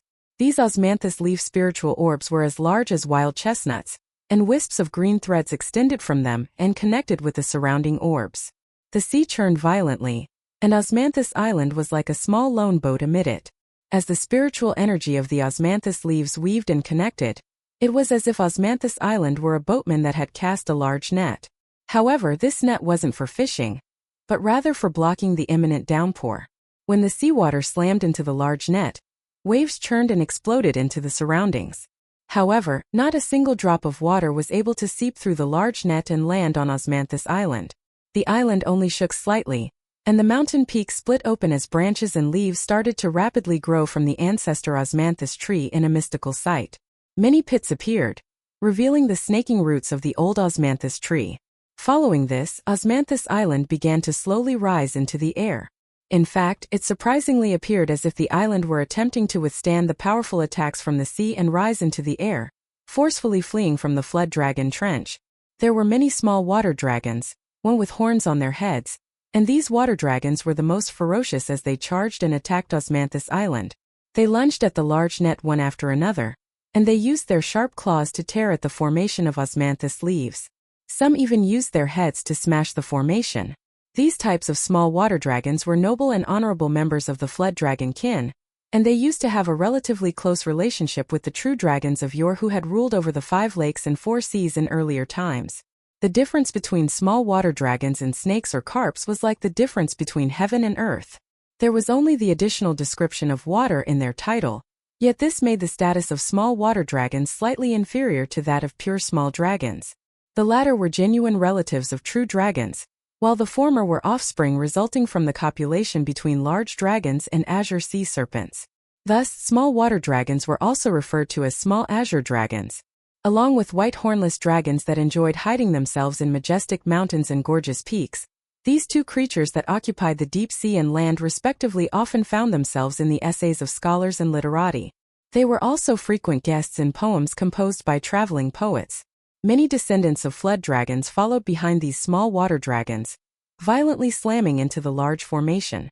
Some also unleashed their powerful and innate water element mystical powers, causing tons of seawater to violently slam into the large net.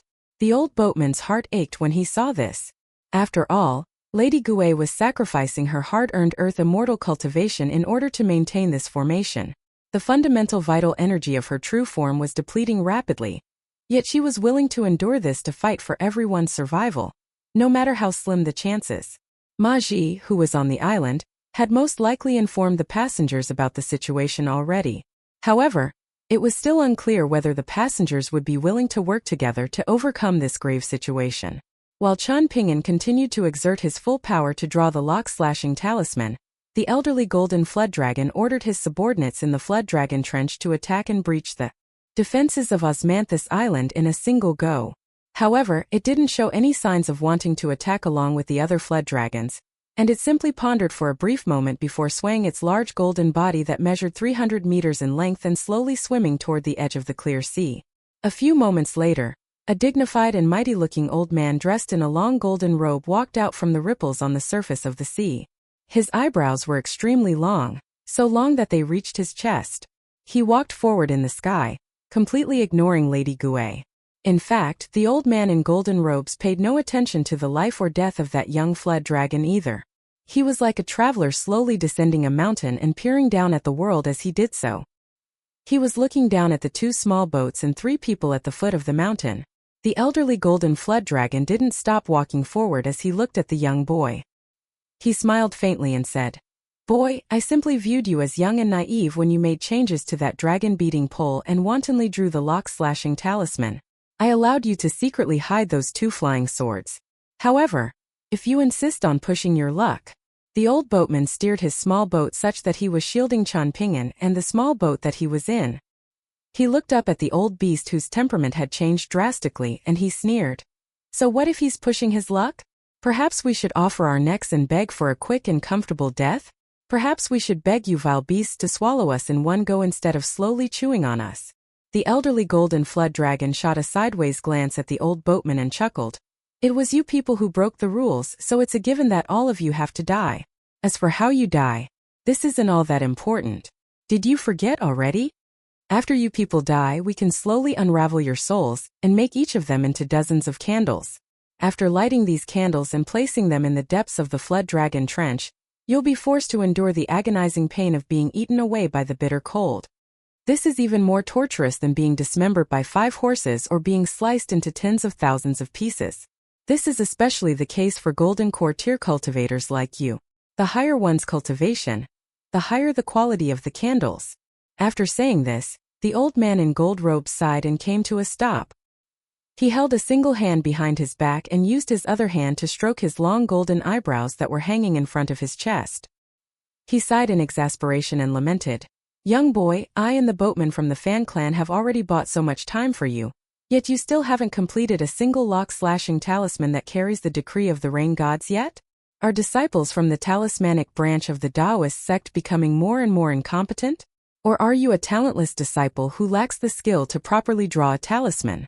Or perhaps this talisman is too powerful, and the talisman paper is too precious, so it's causing your strokes to become a little challenging?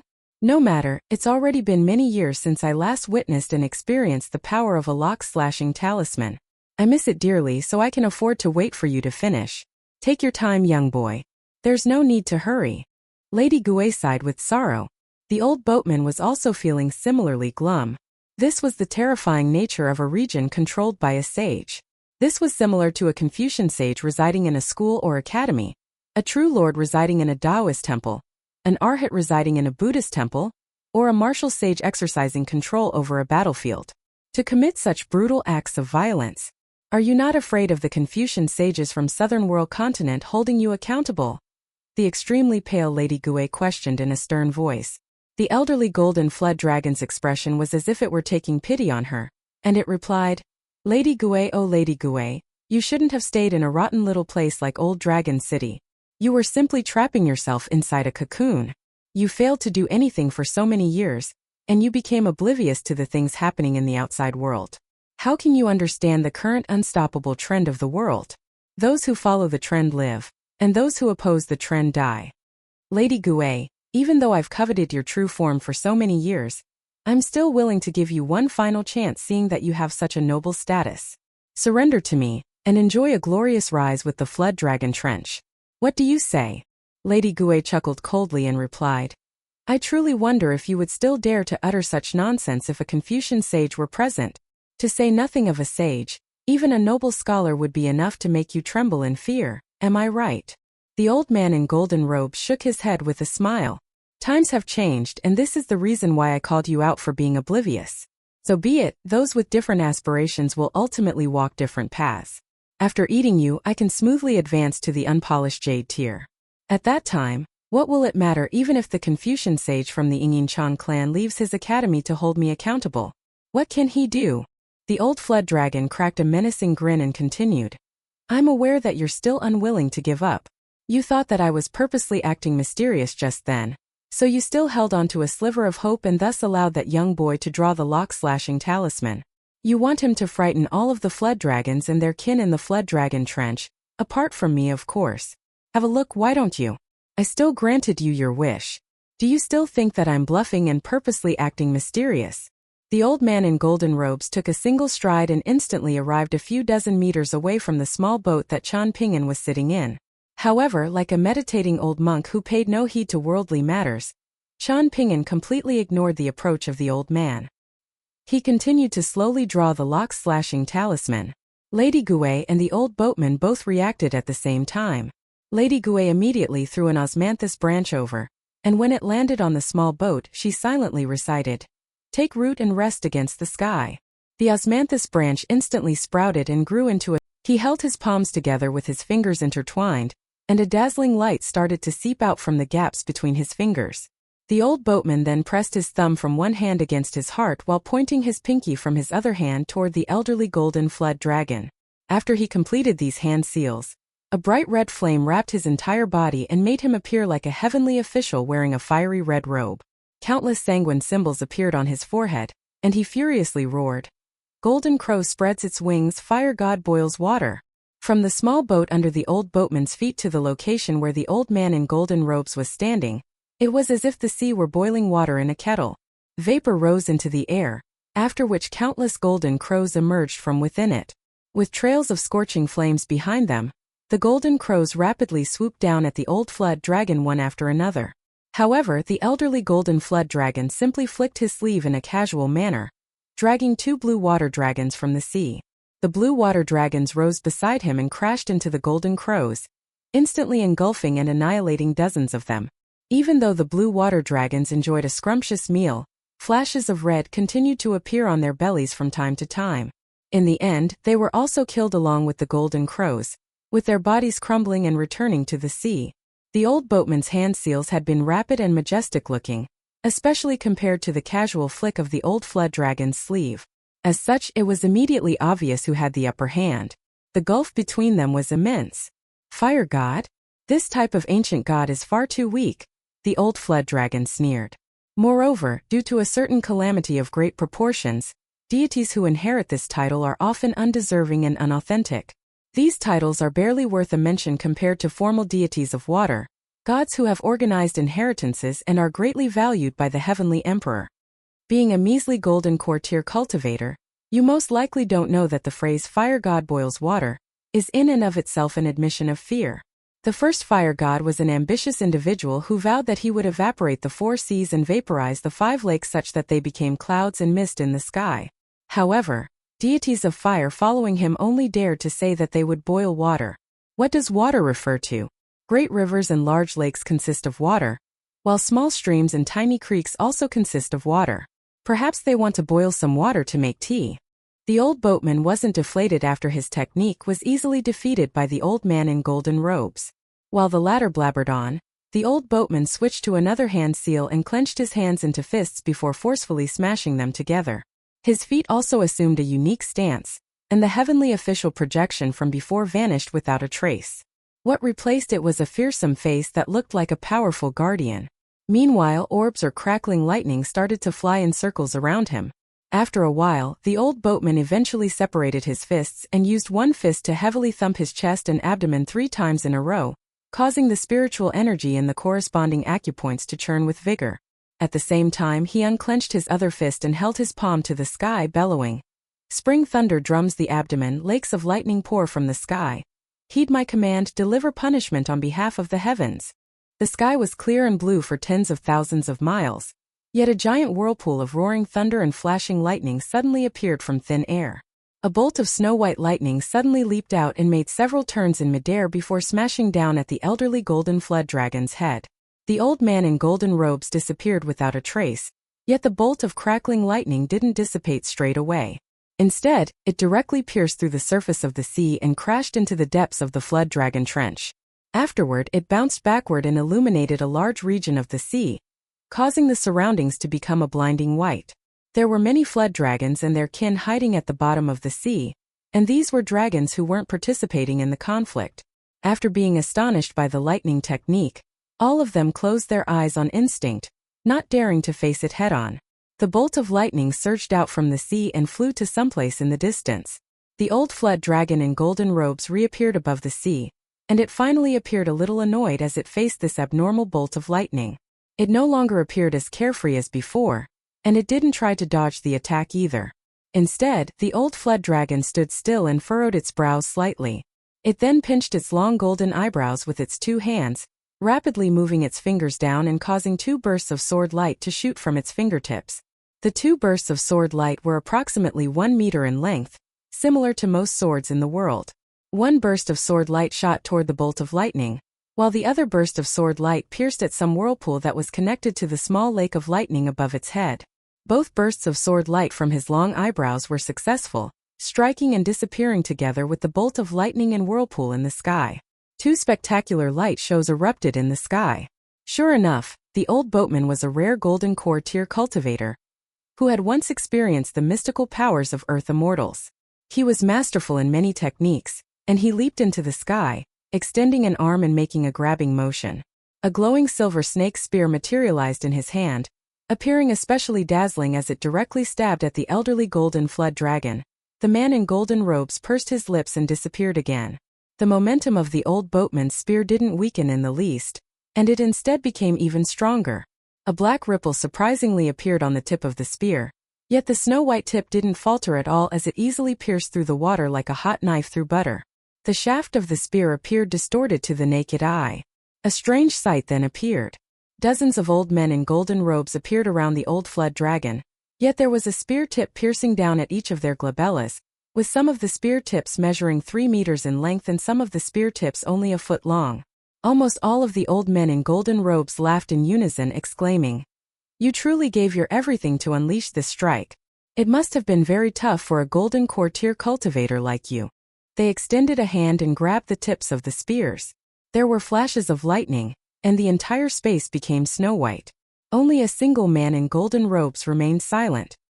He stood directly behind the small boat that Jian Lai was in, and he was in just the right position to clearly see the young boy who was sitting in the shade of the osmanthus tree. He was unable to determine the level of the azure talisman paper, but he could sense that it was filled with a magnificent and righteous aura.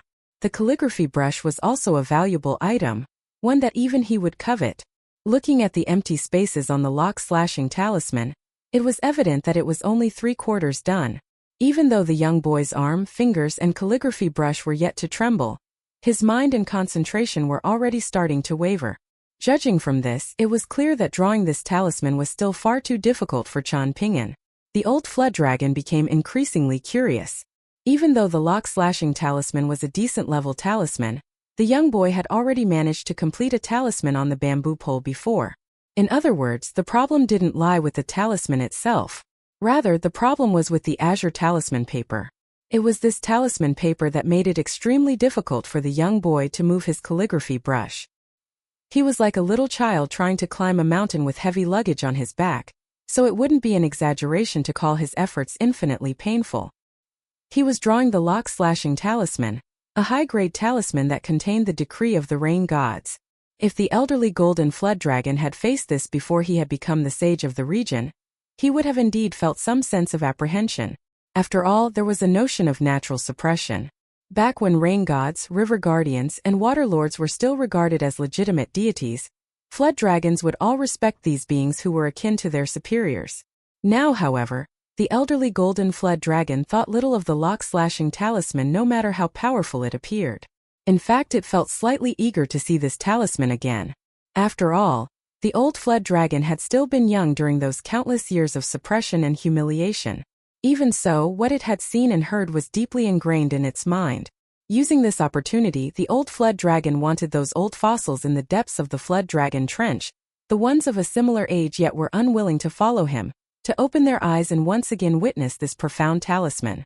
At that time, perhaps those listless old fossils would finally rediscover a sense of ambition and courage. If the entire fled dragon trench could reach a consensus and fight together, it would definitely be far more powerful than just 1 or 2 sec-level immortal forces. The dozens of old men in golden robes shattered the spear tips in unison. The snake spear was the old boatman's bonded weapon, and the damage dealt to it instantly caused him to collapse to a sitting position on the small boat. He couldn't stop himself from vomiting blood.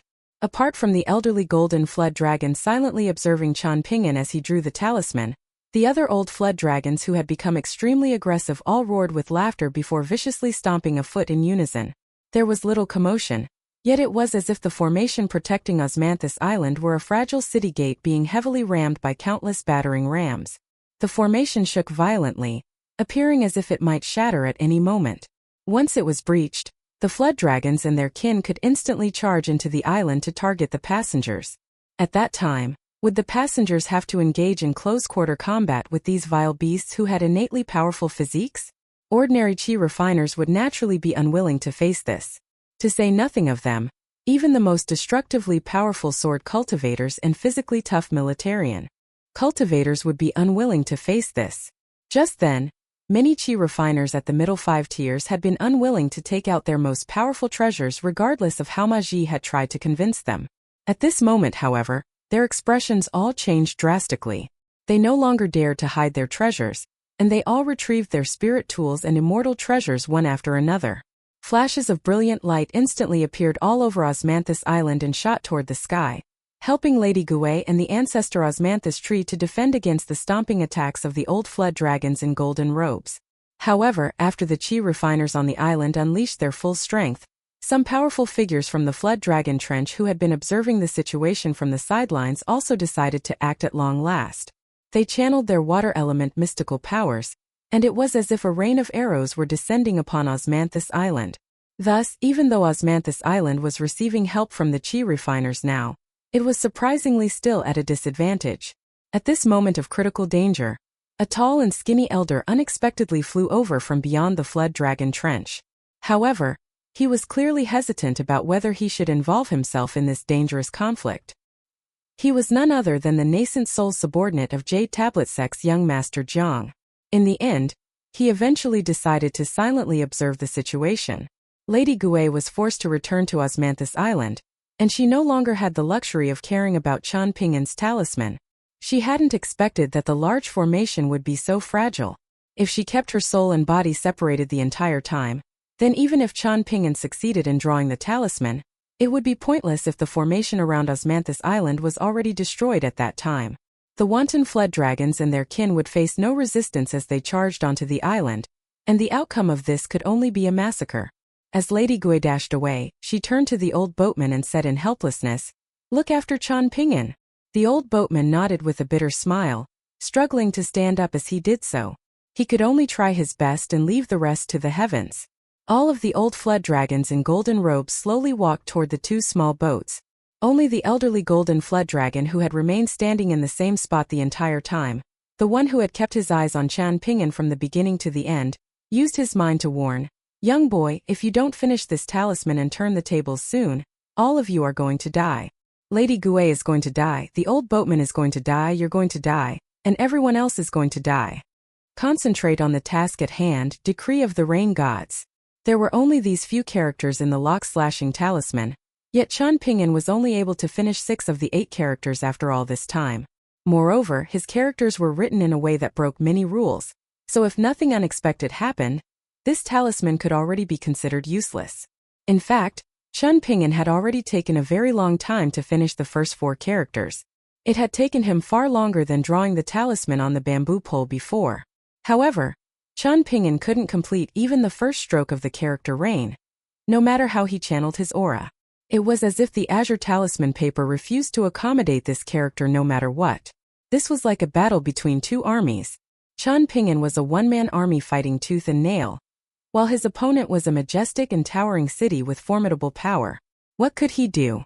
Human power had its limit, and this couldn't be changed by ambition, perseverance, or tenacity. Qian Ping'an struggled for a long time, yet he was still unable to complete the first stroke.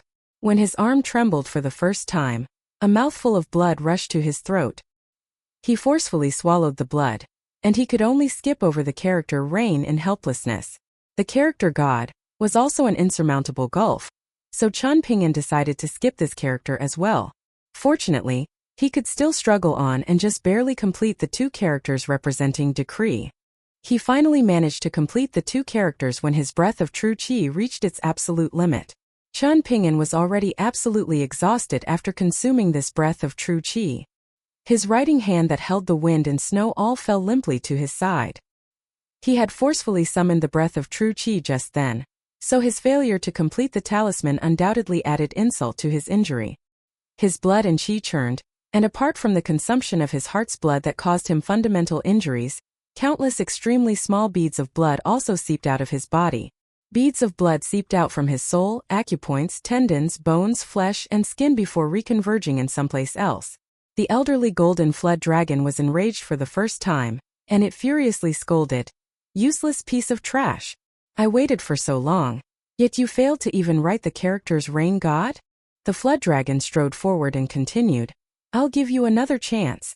Lift your brush and start writing again. Write another talisman." Qian Ping'an dazedly stared at the azure talisman paper in front of him. The situation didn't become worse. However, it didn't become better either. After parting ways on the level of the Great Tao with that Taoist nun from the Divine Edict sect, Qian Ping'an's fortune, which had been very good ever since leaving Jewel's small world, seemed to be going downhill again. It was as if he had returned to the unshattered Jewel's small world again. This time he was directly facing death. Qian Ping'an looked up and asked, "You want me to complete the lock-slashing talisman this badly? What are you trying to achieve?" The elderly golden flood dragon carefully looked the young boy up and down before nodding with a smile and replying, "I naturally want you to complete it. However, it has already become meaningless to talk about these things.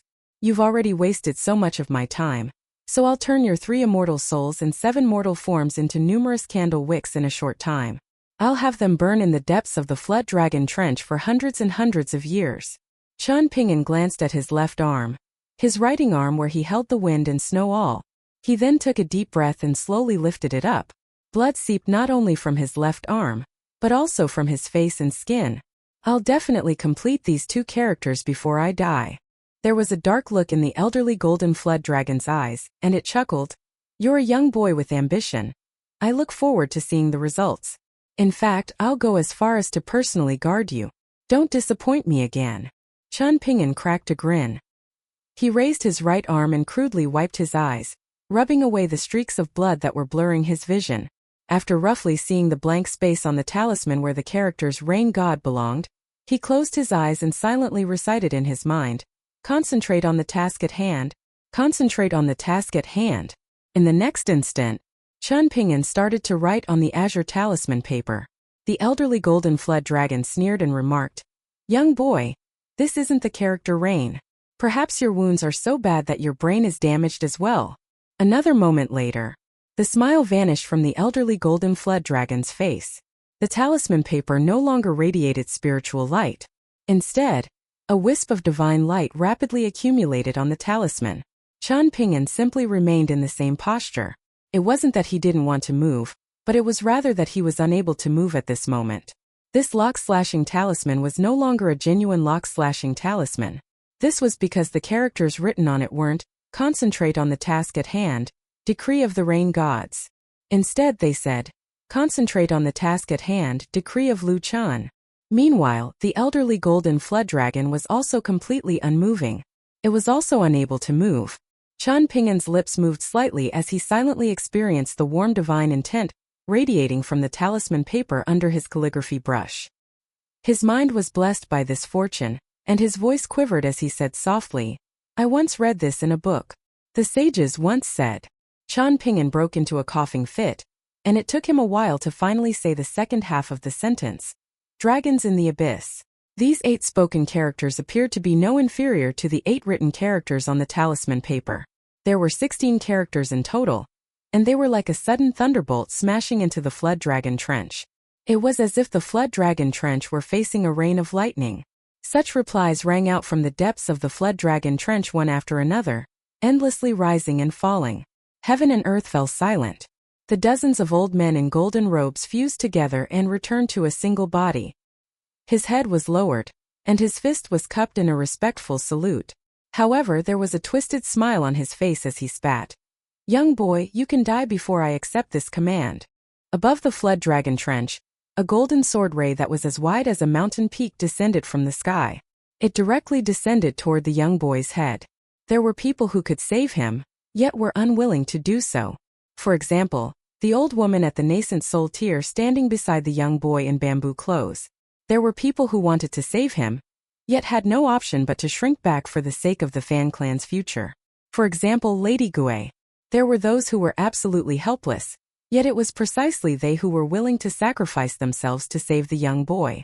For example, the old boatman sitting nearby. However, there were even more people watching on as if this were nothing more than a show. The situation was already settled, so what did they still need to worry about? At this moment, it was as if Qian Ping'an had seen through all worldly emotions and affairs. However, there was neither sadness nor joy on his face. A pair of seals slid out from his sleeve. The mountain and water seals hovered above his head. After the golden sword ray shattered and dissipated, only the water seal still remained above his head. The mountain seal was no more.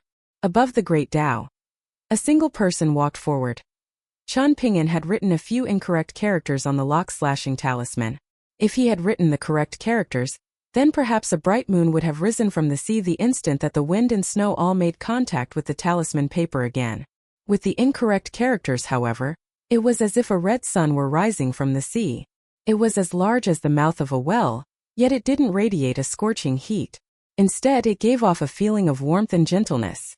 After Qian Ping'an uttered the words, the sages once said, "Dragons in the abyss," the red sun seemed to break free from the guidance of the true qi. It swayed back and forth as it floated down to the surface of the sea. It then slowly sank into the Flood Dragon Trench, no longer causing any peculiar scenes above the surface. However, without exception, all of the large creatures lying coiled at the bottom of the Flood Dragon Trench assumed human form. Some became old men and some became old women, and they all left their own dens to stand on the rock walls in the ocean trench. They bowed and paid respects to the talisman. These were all elderly flood dragons in golden robes who belonged to the senior generation. Upon seeing this, many young and inexperienced flood dragons and their kin also emulated their seniors' actions, vigorously nodding and paying respects to the talisman. These younglings were relatively weak, and some were still unable to assume human form. Thus, they hadn't participated in the battle against Osmanthus Island. Some had been forcefully held back and suppressed at the bottom of the sea by their elders. Afterward, the senior figures who had lived for heaven knows how many years unleashed some secret technique, using the ancient sound of water to scold the flood dragons and their kin who had attacked Osmanthus Island. Their words were extremely harsh and severe. The young water dragons and sea pythons exchanged glances, and they could all see the confusion, shock, and unwillingness in each other's eyes. However, the grand elders of their clans had stated that those who failed to return to the Flood Dragon Trench within 7 minutes would be expelled from their clan and be subject to the torturous punishment of being skinned alive. They would then be forced to float aimlessly on the surface of the sea, and be punished by the scorching sun for 3 entire years. Only if they survived would they have the opportunity to return. When following the elderly golden flood dragon to attack Osmanthus Island just then, they had all received tacit approval from their grand elders. Many of them were young dragons who had suffered at the hands of cultivators in the South Sea and Southern World continent before, so they yearned to follow that elderly golden flood dragon in the hopes that they could unleash their destructive might in Southern World continent in the future. They wanted to massacre the disciples of the pure Confucian Chang clan and the Qi refiners who guarded the coast. Now, however, their grand elders were ordering them to retreat, and the elderly golden flood dragon didn't oppose these orders either. Because of this, the young dragons could only leap away from the sky above Osmanthus Island and dive back into the sea. After swimming back to their homes, they would seek their grand elders out for an explanation. It was after all this that the elderly golden flood dragon had unleashed a sword strike at the young boy. He had to obey the command, But he first wanted to kill this young boy who had ruined his 100-year plan. The old flood dragon had naturally heard of this person before. According to his elders, Lu Chan was a paramount figure, one of the branch masters of the Taoist sect. Before ascending, his favorite pastime had been to ride a small boat around the four seas. It seemed as if he didn't like staying on dry land. There were also rumors about a boatman who had sailed the small boat for Lu Chan. He had only been in his 30s when heading out to sea, yet when he had returned to the land alone after Lu Chan achieved ascension in the North Sea, he had discovered that his hometown and even home nation had long since disappeared. His name had only been recorded on the clan genealogical record from 300 years ago. Afterward, the boatman had returned to the sea to search for Lu Chan. Following that, no one ever heard from him again. Was the elderly golden flood dragon afraid of Branchmaster Lu Chan? Of course he was afraid. However, he wasn't so afraid that he would quake upon hearing Lu Chen's name. This was because he was in the majestic world while Lu Chan was in the heavenly world. The loftier one's status, the more difficult it was for one to visit another world. Moreover, there were many complicated rules that restricted them, and their each and every move would be monitored by the Confucian sages. If Lu Chan desired to personally target him, that would inevitably involve breaking the rules. At that time, the Confucian sages that the elderly golden flood dragon detested with all his heart would instead become the protectors of him and the flood dragon trench. In fact, the person who helped them might even be the ancestor of the pure Confucian Chang clan who carried both the sun and the moon on his shoulders. However, not fearing Lu Chan didn't mean that he would treat this matter carelessly. After all, provoking a sage was foolish, even if the sage was located in a different world. The old flood dragon in golden robes sneered in his mind. The person who was born in majestic world yet was acting as a Taoist branchmaster in another world had truly been given a good name. 1. As for the troublesome young boy who had summoned the pair of mountain and water seals to block the sword chi, the elderly golden flood dragon pursed its lips. Such attacks could be launched once but not twice. Even though he absolutely detested the young boy in front of him, he was already prepared to relent. True victory and defeat wouldn't be decided in an instant. Today's events went far beyond his expectations, and it was entirely possible that he had already attracted the gazes of the cultivators patrolling the seashore along southern world continent. Thus, it would do him well to be prudent. Otherwise, his greater plans would be ruined if he allowed others to take advantage of his mistakes. The old flood dragon clicked its tongue in wonder and chuckled. What a pity for that seal. It managed to block the full power strike of an unpolished jade tier sword immortal, and the value of this treasure isn't something that a crappy Dragon King basket can compare to. Young boy, does your heart ache? Chan Ping sidestepped the question, replying, if I have some high-grade snake gall pebbles from Jewel's small world at home, how many will be enough to buy a safe passage for Osmanthus Island? The old flood dragon in golden robes faltered for a moment before answering. Are you talking about that Jewel's small world that existed in the sky above eastern treasured Vile continent? To flood dragons like us, top-grade snake gall pebbles with abundant spiritual energy are just as important to us as dragon-slaying platforms are to sword cultivators. To flood dragons and their kin below the nascent tier, a single top-grade snake gall pebble will be enough to help them safely advance one major tier. Well, let me think. Osmanthus Island, Lady Gui, the lives of over 2,000 chi refiners. Young boy, you need an entire pile of snake gall pebbles. The old man in golden robes extended a hand and raised 2 fingers, saying, you need at least 20 snake gall pebbles. Do you have this many? Chan Ping shook his head and replied, I already gave some away, so I no longer have this many snake gall pebbles. The young boy stood up with some struggle. The Osmanthus tree born from the Osmanthus branch had already been annihilated by the old flood dragon's powerful sword chi. Chan Ping put his wind and snow all and the lonely water seal away, returning them to his pocket treasure. After receiving a mental command from the young boy whose soul was shuddering violently, the flying swords 1st and 15th rapidly flew out from his body and returned to the sword-nurturing gourd. Chan Ping didn't conceal his flying swords this time, especially since the old flood dragon had already seen through them. The old man in golden robes squinted his eyes. One of the swords in the sword case on the young boy's back made him feel very threatened. A decree of Lu Chan that could turn the tables, a pile of snake gall pebbles from Jewel's small world, a pair of mountain and water seals, a calligraphy brush inscribed with writing as if assisted by the gods, a sword-nurturing gourd of decent quality, and the surname Chan. The old flood dragon became increasingly convinced that his decision to relent in a timely manner was a smart decision. However, it was a great pity that he hadn't killed the young boy with a single sword strike just then. That would have been the best outcome with the least danger for the future. As for what consequences that would have brought about, he wasn't afraid of them at all.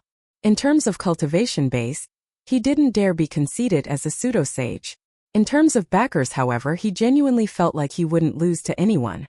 The old fled dragon looked at the old boatman whose soul was injured, now standing behind the young boy with an alert expression. He smiled and said, "You don't need to worry. That lock-slashing talisman has an immense background, and my courage is only enough to let me attack a single time." The old fled dragon retracted his gaze and turned his attention back to Chan Ping'an. "Since you have snake gall pebbles, why didn't you say so earlier? That would have prevented this unnecessary battle, and saved us from all the hurt feelings." "You can't be serious." "Are you serious?" Chan Ping'an retorted. A dark expression spread across the old fled dragon's face. "You had a firm grasp on victory back then, and you were all too eager to kill everyone to snatch their treasures. And now you want me to believe that you would have sat down with a young boy to talk business?" the old boatman said with a cold chuckle. The old man in golden robes ignored the words of ridicule from the golden courtier boatman. His eyes were firmly fixed on the young boy as he warned, "People who are too smart often tend to die early." Chan Ping'an turned around and said, "Old senior, you can return to Osmanthus Island. I have some things that I want to discuss with this vile beast. I mean this fled dragon senior one-on-one." The old boatman shook his head and replied in a solemn voice, "Staying alive is the biggest source of hope and possibility. Chan Ping'an, you're still young. When it comes to cultivation, it's difficult to say whether these hardships will lead to fortune or calamity. There's no need to dwell on it too much." Perhaps this was a false perception, but the old boatman felt like the young boy in front of him was still immersed in the divine intent of that talisman. He was still yet to exit this peculiar state. Chan Ping'an smiled and reassured, "Old senior, I know what I'm doing." He wanted to raise his arms and cup his fists in gratitude, yet he only managed to raise his right arm. Meanwhile, he was completely unable to bend his left elbow. Upon realizing this, Chan Ping'an clenched his right hand into a fist and lightly tapped it against his chest. "I'll invite you for a drink when I return to Osmanthus Island." The old boatman hesitated for a moment, but he eventually nodded in reply and returned to the neighboring small boat. He slowly rowed back to Osmanthus Island. After the old boatman left, Chan Ping'an patted his sword nurturing gourd and summoned 1st and 15th, having them hover above his shoulders. He then took back the water seal. "What, you want to fight to the death with me?" the old man in golden robes chuckled. Chan Ping'an grinned and replied, "You just can't talk reason with some people, because they are unwilling to accept your arguments no matter how good they are. This is unless your fist is powerful enough." The lock-slashing talisman just then was a good example of this. Judging from this, my understanding of this principle is relevant when dealing with beings like you. So me ask you a question first. What rules did you, the Fan clan, and Lady Gui agree on? Why did you feel like it was justified to kill over 2,000 people? The old flood dragon was slightly irritated, and it replied in a somber voice, "I felt like the rule was unreasonable." It lightly stomped its foot whether consciously or unconsciously, blocking off all communication with the outside world. It then smiled and continued, "Do you have any idea about our situation? Do you know how many of our ancestors died while being forced to migrate and settle down here in Flood Dragon Trench? And during all these years, how many more have died unjust deaths due to the dog-sit rules imposed by the Confucian sages? Perhaps you feel like the Confucian rules are incorrect, but what does this have to do with the rules that you set up and agreed on?" Chan Ping'an retorted, "Taking a step back, even if the sages were genuinely wrong, does that then give you the right to commit wrongs as well? Moreover, if you're so capable, then why don't you head over to argue and fight with the Confucian sages? Why take your anger out on Osmanthus Island?" The old flood dragon roared with laughter. "Why? Simply to vent my anger. However, this is still far from enough. By the looks of it, the Confucian sages were wrong to spare you. They should have killed you with a single slap," Chan Ping'an remarked. The old flood dragon wasn't enraged and it instead chuckled. "Young boy, why are you going around in circles with me? What are you trying to achieve? Are you trying to brag about your backers? Are you trying to threaten me and inform me that your ancestor or your master will one day come here to cause trouble for me and the Flood Dragon Trench?" Chan Ping'an shook his head and replied, "I don't have relatives and I don't have a master either." The old flood dragon suddenly felt a little confused and it asked, Are you looking for death? It then nodded and continued. This is very strange, but I surprisingly believe what you said. All right, since you don't have any elders or a master to help you, I now have enough courage to kill you. The old flood dragon was indeed a resolute individual, and its golden robe started to flutter even though there was no wind. It extended a hand and summoned a speck of golden light in the sky. The speck of golden light slowly hovered down, leaving a golden thread along its path. Chen Ping'an paid no heed to this, and he took a step forward and walked to the bow of the small boat. He looked down at the deep sea water, as if he were searching for that lock-slashing talisman. His voice was soft as he said, Lu Chun, I know that you're observing this place. I can also guess some of your motives. However, I borrowed your name to push the enemies back, and you also used this opportunity to take advantage of me. In other words, the two of us are even regarding this matter. Even so, can I trouble you with delivering a message to Aoyang beyond the sky? The culprit behind Chen Ping'an's death is the South Sea's Flood Dragon Trench. Chen Ping'an clenched his right hand into a fist and forcefully struck his chest. Before talking to the old boatman just then, he had struck his chest in order to calm his mind such that he could properly say these words to Lu Chan. This time, his strike caused his mind's realm to churn and shudder violently. In fact, even the divine talismanic intent coursing through his body was comprehensively shattered, reverting to the fist intent of the mountain-shaking fist. To put things simply, Chen Ping'an was giving Lu Chan no chance to channel a profound Dao power to speak to him. Chen Ping'an's left arm was still limp and unusable, so he unclenched his right hand and reached over his shoulder to grab the sword that he should have delivered to that young girl. However, he suddenly let go and grabbed the wine gourd, Jianghu, from his waist. He was purely drinking wine this time, and he wasn't using it as an opportunity to replenish his qi. He wasn't using it to hide the presence of 1st and 15th either. After drinking some wine, Chen Ping'an casually tossed the sword nurturing gourd beside his feet. Aoyang, Mr. Qi Ningyao, I'm so sorry, he silently said in his mind. In the beginning, he had wanted to draw a lock-slashing talisman to give himself the right to hold talks with the elderly golden flood dragon. He had wanted to use all of his snake gall pebbles to buy a safe passage for Osmanthus Island. After arriving at Stalactite Mountain, he would have definitely given Ma Ji, the golden core tier sword cultivator, a few extra grain rain coins. Before leaving the island, he would have asked the Fan clan for a geomantic map of Osmanthus Island as well. After leaving and settling down in Stalactite Mountain, he would have secretly used the mountain and water seals given to him by Mr. Qi to lightly stamp the geomantic map. Like passing lanterns, all of these things flashed past in Chen Ping'an's mind. At some unknown time, the extremely thin thread of golden sword qi had already vanished from the sky. The elderly golden flood dragon was slightly pale, and it was extremely suspicious of the young boy's words. It was completely unwilling to believe the young boy. However, what if he was telling the truth?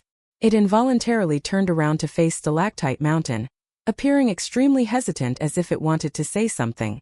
In the next moment, a look of delight lit up the old flood dragon's face. It nodded lightly, and it roared with laughter as the golden sword Qi reappeared in the sky. However, it wasn't only a single wisp but dozens of wisps instead. The wisps of golden sword Qi were like a lake of slender lotus stems swaying in the sea of clouds. Somewhere else on an upside-down mountain, there was a tall and sturdy man dressed in Taoist robes standing on a cliffside and looking into the distance. His gaze reached further than the flood dragon trench that he had casually created, and it reached even further than the steep cliff faces atop which the two statues of deities stood facing each other. It extended past the young girl in green who was sitting on the rain god statue's shoulder and drinking wine, and it reached a sea of clouds amid which stood an elegant man in azure clothes and with a sword by his waist. The elegant man had set off from the shore near Old Dragon City just then, and it wouldn't be long before he arrived at the Flood Dragon Trench. This man had already distanced himself from the human world for many years, and the reason for this was very interesting. The sword qi in his body was far too abundant and dense, so much so that he couldn't prevent it from leaking into the surroundings no matter how he suppressed it. Thus, everything around him would be disintegrated into dust. As a result, this man would only travel to places with few people, among the sea of clouds, through the 5 lakes and 4 seas, in deep mountains and on steep cliffs, across rough lands filled with miasma. There was a fervent look in the eyes of the tall and sturdy Taoist priest. This man was worth fighting against. However, he quickly furrowed his brows. On the surface of the sea beneath the swordsman in Confucian robes, there was a man with a plain expression rowing a boat with a bamboo pole. The boat was as quick as lightning, and it could cover thousands of meters in an instant. It was surprisingly no slower than the widely renowned sword immortal in the sky. The man with a plain expression grumbled. My teacher said that plotting against Chan Ping'an this time is for his own good. Otherwise, if Chan Ping'an arrived at Stalactite Mountain with Qi Jingquan's mountain seal, he would have suffered many hardships thanks to the short-tempered favorite disciple of second uncle. In any case, my master sincerely hopes that Chan Ping'an can find another way to head to heavenly world. Master is willing to take Chan Ping'an as his final disciple. The swordsman with an elegant aura and a handsome appearance didn't so much as bat an eyelid after hearing this. He simply peered down at the distant flood dragon trench and said, "You're only an unofficial disciple of Lu Chan. Yet you want to fight little Qi for his junior brother? Alright then, why don't you eat my sword strike?" The man with a plain expression didn't become angry, and he maintained his seemingly innate dullness as he replied, "I won't fight. I only know how to row my boat." If there were seas of clouds in the swordsman's path, these seas of clouds would be automatically parted with a single slash. After a while there was a hint of displeasure in his voice as he asked, "Then why are you following me?" To personally explain the situation to Chan Ping'an, lest he misunderstands my master, the boatman with a plain expression replied truthfully, "But I feel like you're an absolute eyesore. Whatever shall I do?" The swordsman suddenly said in a serious voice. The boatman pondered for a moment before replying, "Then I won't go anymore." Sure enough, the small boat came to a sudden stop. The swordsman nodded and remarked, "You're not a stupid one." He then continued forward on the wind, an annoyed expression on his face as he mumbled to himself, "Little Qi asked me to become your Dao guardian, but how could I agree? Little Qi became stupid from reading books, but I haven't suffered such a fate. So, I won't agree to his request." The swordsman's mood seemed to take a turn for the worse, and he started to fly forward at an even quicker speed. In fact, the air warped behind him, and there was a loud rumble that was much like booming thunder tearing through the sea of clouds. When he was about to pass the godly statues of the rain god and the divine general, someone loudly criticized him and prohibited him from impudently flying above the territory of the sect without permission. He needed to take a detour around the sect. The swordsman casually lowered his head and took a glance before resting his thumb against the guard of his sword and giving it a gentle push. The sword plummeted toward the sea, yet it immediately turned around and shot upward when it was just several meters from the surface of the sea. The sword flew forth like a ray of light and directly sliced the statue of the divine general into two. Like the radiant sun rising from the east, golden light exploded into the surroundings. The sword disappeared with a flash and quickly caught up to its owner, silently returning to its scabbard.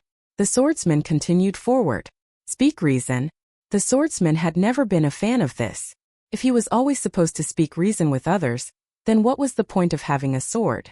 The swordsman suddenly looked up at someplace and said, "Unleashing sword Qi in front of me? Do you truly think that you're all young?" The swordsman above the clouds was still 300 to 400 kilometers away from the flood dragon trench, yet he still flicked his wrist and threw a slap. The entire Osmanthus island spun in the air and landed heavily in the sea several kilometers away, shuddering violently. As if being carried by strong winds, it then sailed on the wind and waves and rapidly shot forward, instantly shooting far away from the flood dragon trench. On the surface of the sea above the flood dragon trench, Chan Ping'an dazedly stared at the swordsman in azure who was claiming to be his senior brother. The young boy scrunched his face, and his lips quivered slightly as he lowered his head. The swordsman with a strange name, one huffed and said, "Are you going to cry? Why are you the same as the young little Qi? No wonder he picked you." Whenever he was unable to get through to others with reason and then he was also unable to defeat them in a fight, he would always hide somewhere and cry. He'd let his tears make the floor wet. The swordsman's voice suddenly became stern as he ordered, "Raise your head." Chan Ping'an dazedly raised his head. "Why did you change your mind at the end?" The swordsman interrogated. "Why did you use your fists instead of your sword? Speak loudly and don't be timid." "My sword skills are too poor, so I didn't want to embarrass myself. My fist skills are passable, so I had to unleash them to get the weight off my chest." Chan Ping'an instinctively replied, "Tui, you call this measly martial fist intent passable?" There was anger on Zhuo Yu's face as he turned around to viciously spit on the sea. He didn't possess Qi Jingquan's elegant temperament, nor did he possess Aoyang's amiability. By the looks of it, the sword immortal called Zhuo Yu, the most non-conforming disciple of the scholarly sage back then, was truly nothing like a scholar. However, the hidden hint of a smile in the depths of the swordsman's eyes became increasingly wide. Meanwhile, his expression became cold and indifferent as he raised his arm again and pointed behind himself using his thumb. We won't talk about this flood dragon trench, and we'll simply talk about the godly statue on that island. I was annoyed that it was in my way, so I hacked it down with a single slash. What do you think about this? Now, turning our attention back to this stinky ditch, I felt like those evil beasts were a complete eyesore. That being the case, I washed the ditch out with my sword chi. What do you think about this? Chen Ping'an replied honestly, saying, I feel like both actions can be considered very unreasonable. However, upon recalling that this person was Mr. Chi's senior brother, the young boy quickly added, Right. Zuiyu snickered and replied, What a polite way to put it. You feel like? No, they were absolutely unreasonable. He placed his palm on the hilt of his sword and asked, As a scholar, I've put more effort into practicing the sword than reading books. Do you know why this is? Chen Ping'an shook his head. He had only heard Aoyang and the young Cui Chan briefly mention this person before, with the latter not revealing much information. Aoyang had only described him as the most skilled swordsman among the old scholar's disciples. As for the young Cui Chan, he had gritted his teeth while mentioning his junior brother. One had betrayed his master, while one was non-conforming and prone to departing from the classics. Once fellow disciples of the scholarly sage, it was as if there now existed irreconcilable hatred between them. In the end, the person with the surname Zhua had become like an elusive dragon in Chen Ping'an's mind. He was lofty and difficult to catch. This swordsman who, shockingly enough, came from an orthodox Confucian lineage waved his hand. There's nothing else for you to worry about here. Make sure to cultivate earnestly in the future. And don't betray little Chi's expectations. If you don't do well in the future, perhaps I'll come over to cause you trouble. Hovering above the flood dragon trench, Zuiyu extended a single finger at Chen Ping'an and continued, Regardless of how powerful you become, I can still deal with you with a single slash. To this swordsman, a senior brother lecturing his junior brother was only natural and right. In terms of whether he was being reasonable or not, he was too lazy to think about this. After all, being a senior brother was already reason enough. Right at this moment, the sea of clouds suddenly descended, after which a golden Tao manifestation that measured 300 meters in height materialized in the air. It was a middle-aged Taoist priest with a fishtail hat. Are you swordsman Zuiyu, the scholarly sage's disciple? I've heard many people praise your sword techniques as #1 in the world. In fact, you have many admirers even in Stalactite Mountain and the Sword Chi Great Wall. The swordsman in azure looked up and asked, Judging from your tone, you're unwilling to accept this? The tall and sturdy Taoist laughed heartily and replied, It doesn't matter to me at all what your sword techniques are ranked. I'm here simply because you rub me up the wrong way. How about it? Why don't we find a place to have a hearty fight? Zuiyu smiled faintly and replied, Stinky Taoist priest, you're inferior in all areas, and only your fortune is better than mine. What with you having the Tao ancestor's second disciple as your teacher? My teacher can't compare, and he only knows how to run his mouth. However, regardless of how my teacher is weaker than your teacher in so many areas, there is one area where he's stronger. That is, the old scholar has me as his disciple. As for you and all of the second disciple's students, you people are. The swordsman in azure raised a finger high in the air and gently wagged it back and forth. No good. He didn't stop there, and he looked up and continued, For example, what does it matter that you've summoned such a large Tao manifestation? Before my sword, is this not as fragile as straw? Before Zuiyu finished his sentence, towering waves of more than 300 meters in height suddenly erupted above the sea.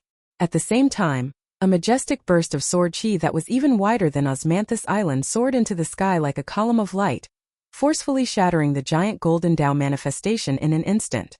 The small boat under Chen Ping'an's feet was also affected, violently rocking back and forth with the tumultuous waves. The young boy turned around to gaze at the formidable burst of snow-white sword chi. In the past, he had felt like Wind Snow Temple's Wei Jin had already unleashed the pinnacle flying sword strike in the world, when shattering the night sky barrier of the female ghost in the bright red wedding dress. Now, however, Chen Ping'an realized that he was still too ignorant and ill-informed. The golden Tao manifestation was directly shattered, yet the Taoist priest's voice was still as deep and full as a large bell as he suggested, I'm not willing to take any advantage over you. With that young boy present, Neither you nor I can fight without restraint. Why don't we head to the sea area around Wine God Island?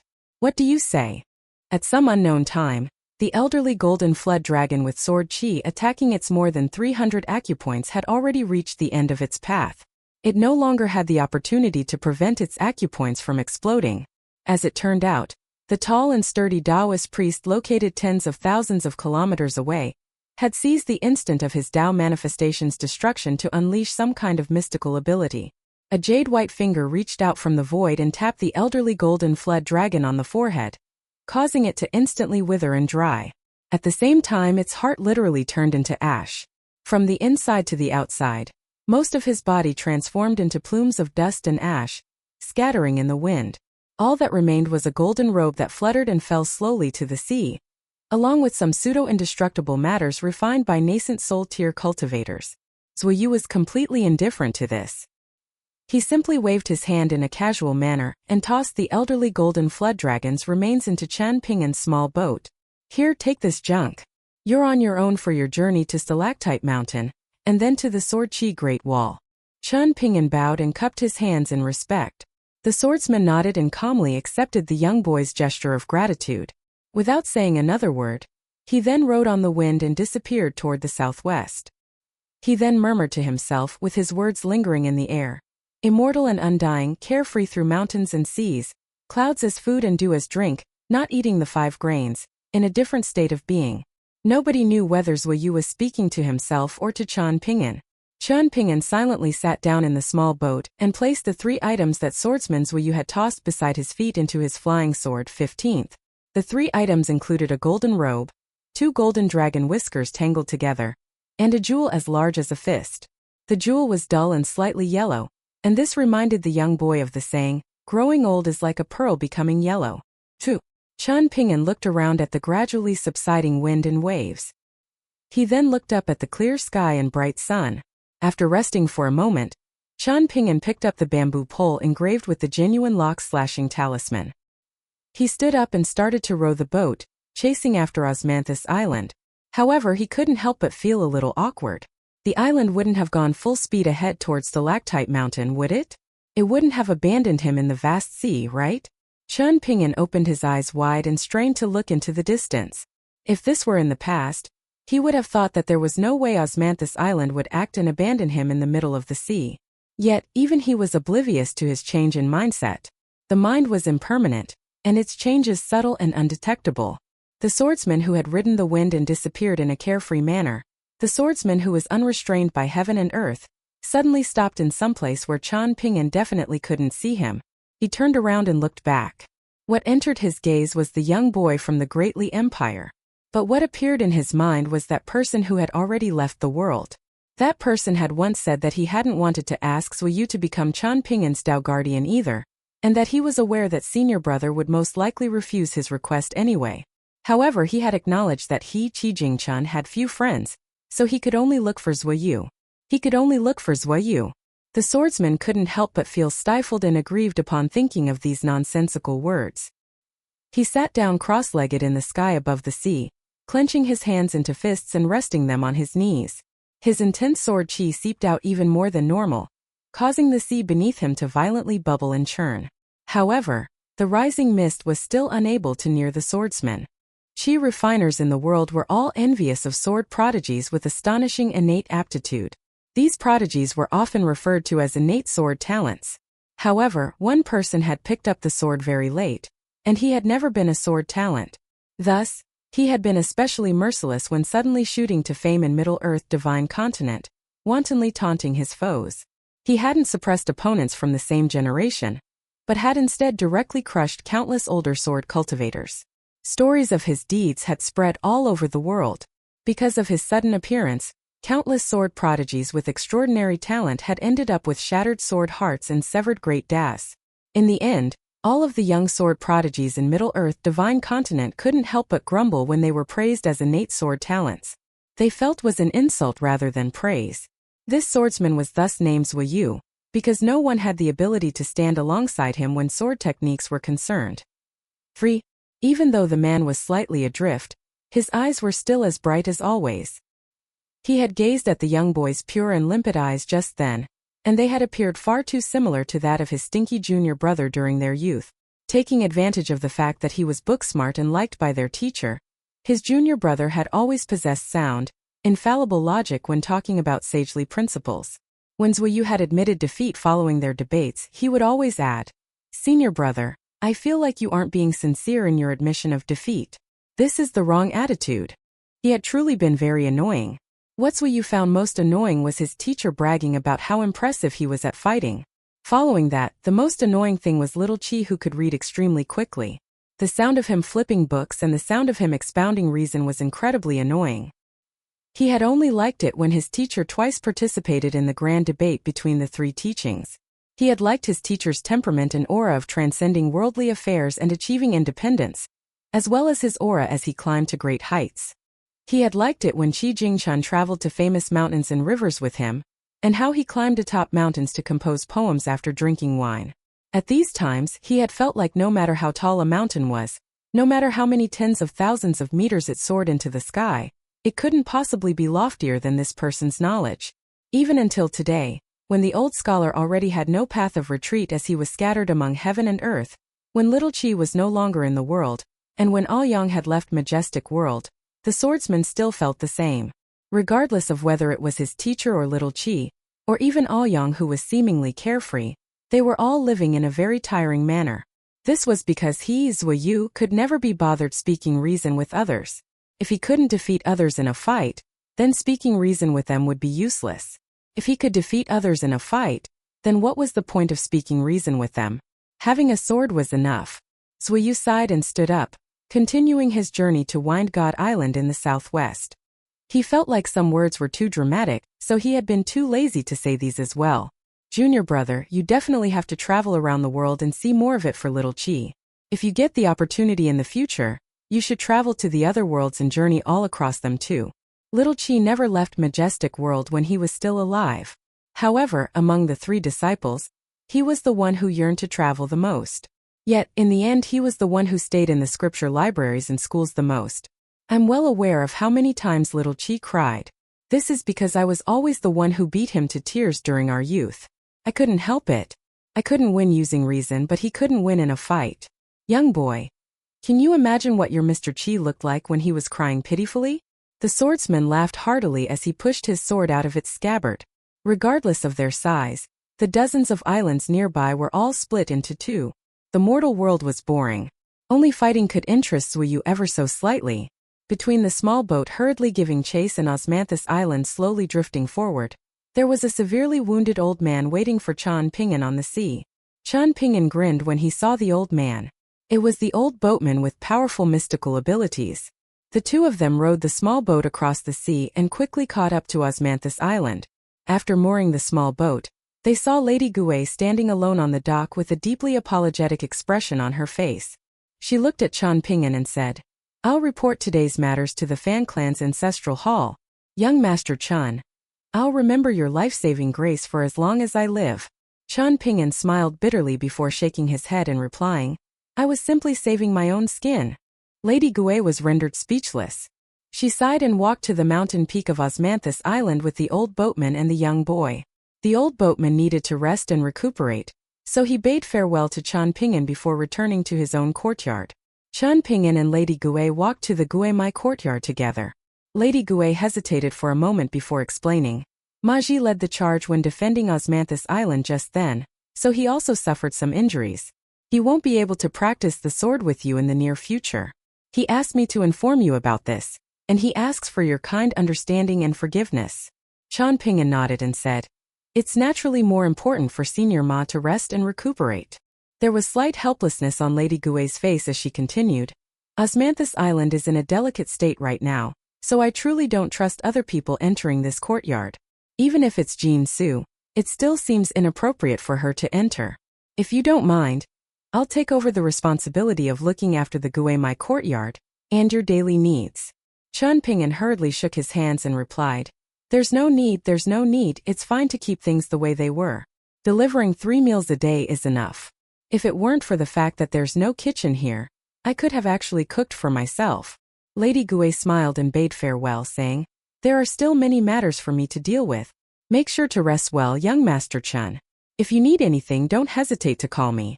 There'll be an osmanthus girl awaiting your orders near the courtyard. Chun Ping'an sat down on a stone chair by himself, closing his eyes and resting his mind. It wasn't long before someone knocked on the door. It was the osmanthus girl, and her voice was soft and gentle as she explained, "Young Master Chun, there are 2 guests from Pure White Continent. Lady Gui said that it's up to you whether you want to entertain the guests or not."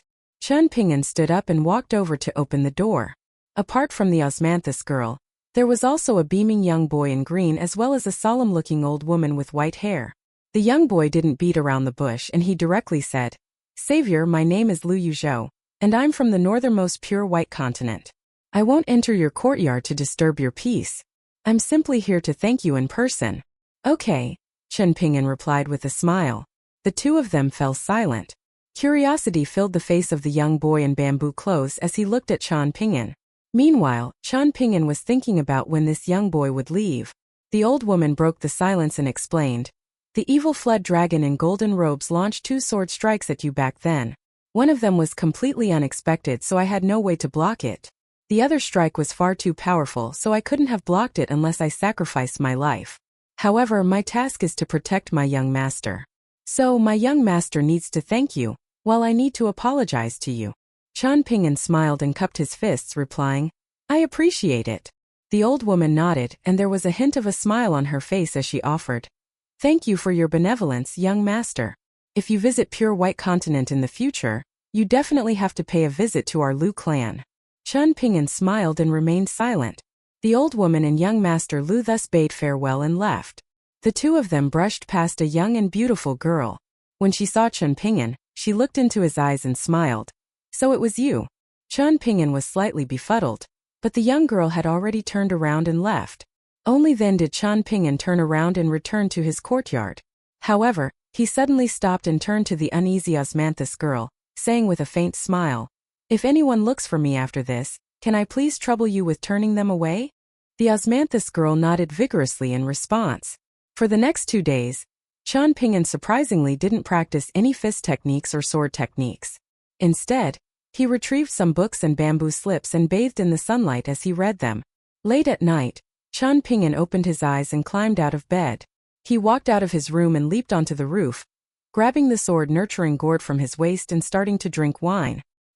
He suddenly turned around, and it wasn't long before a figure dashed over and sat down beside him. This uninvited guest had 2 pots of old wine in his hands. There was a sincere smile on Chun Ping'an's face as he asked, "Old senior?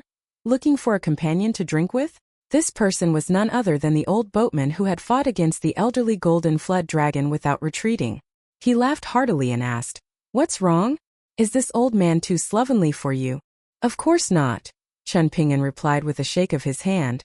The old boatman cracked the clay seal on a pot of wine, then tilted his head back and taking a large swig. He then fell silent for a long time, and when he finally started speaking, his voice was calm and quiet.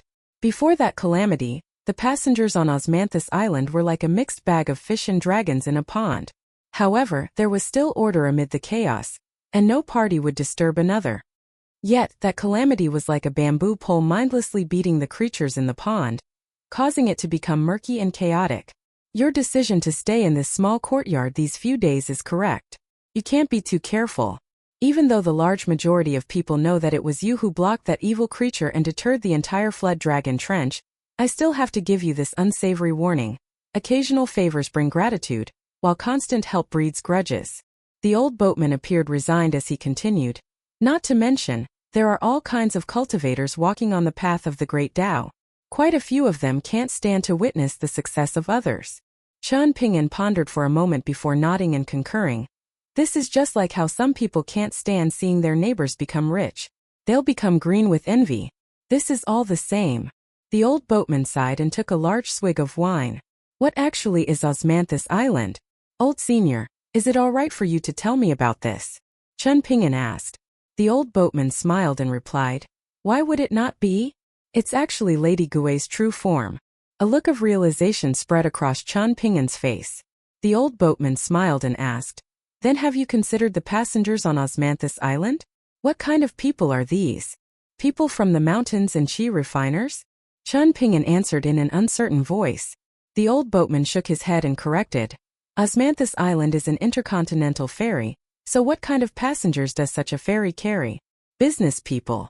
Chun Ping'an faltered upon hearing this. However, he quickly nodded and said, that makes sense. Wandering north and journeying south, what do business people yearn to obtain? The old boatman asked. Chun Ping'an replied very quickly this time, answering, money. The old boatman slowly drank a mouthful of wine before asking again, obtain money for what? To spend, Chun Ping'an answered with a smile. The old boatman sighed with emotion and remarked, that's right. Working hard to earn money is for the sake of spending money to obtain enjoyment. In other words, one has to stay alive to obtain this enjoyment. Just how many qi refiners and disciples of the 100 schools of thought exist in the world? Chun Ping'an scratched his head, and there was a faint smile on his face as he started to drink wine. He was drinking more and quicker than normal this time, so he eventually decided to lean back and lie comfortably on the roof. Old senior, I'll tell you something personal, so can you keep this between us? Also, if I say this and if you listen to it, there might be some troublesome issues. The old man crossed his legs and leaned forward, swirling the wine pot in his hands as he did so. There was half a pot of wine left, and the wine loudly sloshed around. The old man smiled and said, go ahead and tell me. After all, when you drink, how can you not say some drunken words? What's the point of drinking wine if you don't? Young boy, I might look much older than you, but I'm actually missing a nerve and foolishly brave. In any case, I've already lived for so many years, and I've only held on for so long because I still want to see my master again. Moreover, there are some things that won't change much whether you talk about them or not. I was standing next to you at the time, so I heard some things loud and clear anyway. And so, I'm here to listen to your drunken stories, aren't I? Chun Ping'an pointed at the sky and began. Back then, I met a young Taoist priest in my hometown, and our relationship was quite good in the beginning. He was none other than that Lu Chun. In the intense battle before, he plotted against me 2 times. Or perhaps it was 3 times. However, I'm only certain about 2 times. One time was when my mind was blessed by fortune, as I struggled to write the character's Rain God. At that time I decided to take a gamble and write Lu Chun instead. The second time was when I faced the elderly golden flood dragon alone.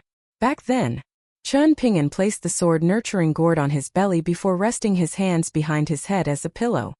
That kind of feeling was extremely strange.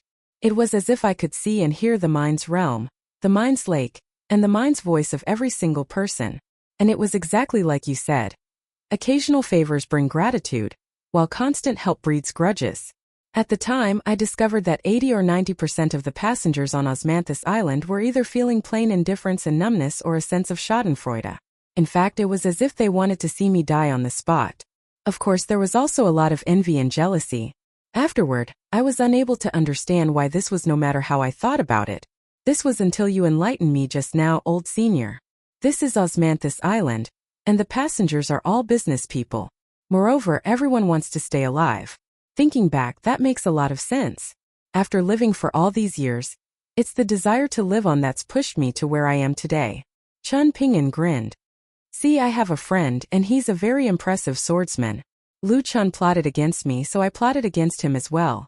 I asked him to deliver my final words to my friend. I gave Lu Chun 2 options. Either abandon his face and pretend that he didn't hear me, or pinch his nose and deliver my final words to that friend. If he chose the latter option, then my friend would have definitely given him a really good beating. Thinking about that instantly made me feel less fearful of death. However, there were some things that Chun Ping'an ultimately didn't dare to reveal. This was because they pertained to Mr. Qi. Mr. Qi had asked him not to lose hope in the world regardless of what he encountered. At that time, however, Chun Ping'an had only felt disappointment toward this world. It was very likely that this was Lu Chen's true objective. As for what this pertained to specifically, Chun Ping'an only had a very fuzzy idea. Lying on the roof at this moment, Chun Ping'an finished by saying, to not lose hope in the world is a very difficult thing. The old man continued to drink wine as he slowly said, you keep calling the Taoist branchmaster by his name, and you also mentioned a friend who can give him a good beating. Well, I won't tell you about the shock in my mind. After all, I was also a terrestrial immortal back then, so I still care a little bit about my face. However, since you've told your story, I feel inclined to spit out the words accumulated in my belly as well. Chun Ping'an was just about to sit up, but the old man turned around and chuckled. It's okay to remain lying down. It's just some grumblings that no one has listened to for several hundred years. There's no need to treat it so seriously. However, Qian Ping'an still sat up, explaining, It's hard to drink while lying down. The old man smiled and wrapped his arms around his pot of wine. He then gazed at the distant night sky above the sea, where the moon was bright and beautiful. Back then, I was also a prodigy in the eyes of others, the old man recounted slowly. My temper was very bad, and if you had come across me at the time, perhaps I would have been the type of person to disappoint you. However, my personality right now is quite different from before. Otherwise, I wouldn't be sitting here and drinking with you. Qian Ping'an, let's ignore the good and bad of the passengers on Osmanthus Island first. To borrow your words, every single one of them is certain to have a strong point that we can learn from, seeing that they've made it to where they are today. Also, if you do something right but others fail to do the same thing, this doesn't necessarily mean that they're wrong. Similarly, if you do something wrong, and others also do the same thing, this doesn't necessarily mean that they're also wrong. This might sound a bit convoluted. Qian Ping'an nodded and said, I understand. The old man raised a thumb and chuckled. Of course, you were the most right during the fight back then. Your actions were flawless. Qian Ping'an smiled happily. To receive approval from someone whom he approved of was something worthy of a drink. Thus, Qian Ping'an took a large swig of wine. There was a wide smile on his face as he casually said, Old senior, you are correct. I shouldn't use my principles to judge everyone else. Perhaps my principles are correct, but perhaps they're also incorrect. Or perhaps they're correct but not fully correct. It's also possible that they're too narrow. Haha, this is also pretty convoluted. Isn't that right? Very convoluted. The old man replied in amusement. Qian Ping'an pointed into the distance, and the head of the young boy who smelled of alcohol swayed back and forth. By the looks of it, he had genuinely had too much to drink. He didn't conceal the joy and pride on his face as he chuckled. Old senior, I'm acquainted with many extraordinary people. For example, that supremely powerful sword immortal who arrived afterward. I could have referred to him as senior brother. I'm also fairly impressive, aren't I? Yes, you're all very impressive. The old man smiled and replied with a nod. Qian Ping'an was bleary-eyed as he turned around and semi-consciously asked, Old senior, your praise doesn't seem very sincere? The old man roared with laughter. No wonder he could get along with this young boy. They shared the same tastes, and they were both foolishly stubborn. The young boy fell back in a drunken stupor, murmuring to himself on the rooftop. The old man helped Qian Ping'an put his wine pot away. While doing so, he inadvertently heard a few drunken words from the young boy. He nodded and guarded the young boy for the entire night. This was what the young boy had said. Mr. Qi, I understand now. When it comes to not losing hope in the world, one part of it is to stay alive and live well. However, there's actually another part. When we show goodwill to the world, yet we receive no goodwill in return and even receive hostility, the ability to not lose hope is the most genuine hope in the world. Mr. Qi, I already understand this now. However, I'm not able to do this right now. After having a drink, I'll try my best starting from tomorrow. In reality, the old boatman was already close to 500 years old. He had seen countless people, and he had also experienced countless things and heard countless remarks. However, he still felt like these words from the young boy were very worth ruminating on. They would pair well with wine, although 2 pots of wine were not quite enough. Inside the sword nurturing gourd, and inside the flying sword 15th, there was an elementary Confucian book that the old scholar had given to Qian Ping'an. At this moment, the simple characters in the book started to freely swim around. In the end, completely new rows of characters appeared on the title page. Sequential order. Chapter 1. Understanding order. Chapter 2. Reviewing magnitude. Chapter 3. Determining good and evil. Chapter 4. Unity of knowledge and action. On the bank of a large river in southern world continent, there was a large stone cliff atop which 2 old men in Confucian robes stood side by side. One carried a bright moon on his shoulder, and one held a round sun in his hand. The impoverished old scholar who was swirling his hand and spinning the small sun in his palm smiled and asked, Qian Ping'an, what do you think about my final disciple? Is he good? The elegant scholar with an exquisite full moon on his shoulder nodded but remained silent. The impoverished old scholar could only answer his own question saying, Good, I think he's very good. You're a shameless person anyway, so you can say whatever you want. The elegant scholar replied indifferently. You always say this is good and that is good, but is this truly suitable? Perhaps you've already admitted defeat? Perhaps you feel like you're wrong and my teacher is correct. The impoverished old scholar shook his head and chuckled. Sai, why are things Chun-chunin? Hasn't Chan Ping'an already answered this question for you? You both have the surname Chan, and your abilities are naturally a bit stronger than his for the moment. In terms of comprehension ability, however, forget about it, let's not talk about this. If I truly say it, then I'll immediately lose a friend. The elegant scholar chuckled coldly and retorted. I, Chun-chunin, have never been friends with you. There was a look of sincere agreement on the old scholar's face as he nodded and concurred. Indeed. Not only am I your senior, but the gulf between our knowledge is also immense. Just like that old boatman said, I still care a little bit about my face. Get to the point, said Chun-chunin, the clan leader of the Yingyin clan. The old scholar extended his hand and returned the round sun. No longer joking around, his voice was slightly solemn as he said, I hope you can make your move later. The later the better. Chun-chunin accepted the round sun and placed it above his shoulder. Now carrying both the radiant sun and moon on his shoulders, the old man calmly replied, It's all the same. Scholars are all the same, the old scholar sighed with emotion. In the heavenly world, atop the white jade capital that was located in the important central region of the world, a young Taoist priest with a lotus flower hat surprisingly had one hand behind his back as he slowly walked along a dangerous jade-white railing, and observed his other palm with his head lowered. In the corridor next to the railing, there were 2 Taoist immortals at the ascension tier. They respectfully stood there in an attentive manner, and they definitely didn't dare to make any sound and disturb their branchmaster's thoughts. The young Taoist priest retracted his hand and lamented, I might as well die and get everything over with. He suddenly leaned to the side and directly plummeted into the sea of clouds beside White Jade Capital. Just like that. The 2 ascension tier immortals remained unmoving and simply exchanged a smile. They were already used to this. When Chan Ping'an woke up on the rooftop, there was a robe draped over his body. His sword nurturing gourd was placed beside him. If this were in the past, Chan Ping'an would have definitely leaped off the roof immediately after waking up from his drunken snooze, especially one that had lasted the entire night. He would have entered his room to make sure that the locust wood sword case was still on the table. Today, however, Chan Ping'an slowly removed the robe covering him and carefully folded it up. He was in no hurry, because he trusted that the sword case was still exactly where he had left it. Chan Ping'an trusted that old boatman. Chan Ping'an tied the sword nurturing gourd to his waist and sat down cross-legged, turning his head to the east where the iridescent morning clouds were dazzling and beautiful. His mental state was completely different from when he had left the Flood Dragon Trench to pursue Osmanthus Island. His mind had been restless and erratic back then, but it was calm and stable at this moment. Chan Ping'an stood up and shielded the sun with his hand as he enjoyed the brilliant colors of the clouds. He had once read such a line in some travel journal, the scattering colors of iridescent morning clouds put the wardrobe to shame. He truly didn't know how scholars and literati could come up with such beautiful imagery.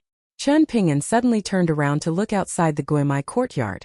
There was a young girl dressed as an osmanthus girl standing under an osmanthus tree that offered scattered shade. She looked extremely bored, and she looked up and pointed her finger at the osmanthus leaves on a certain branch.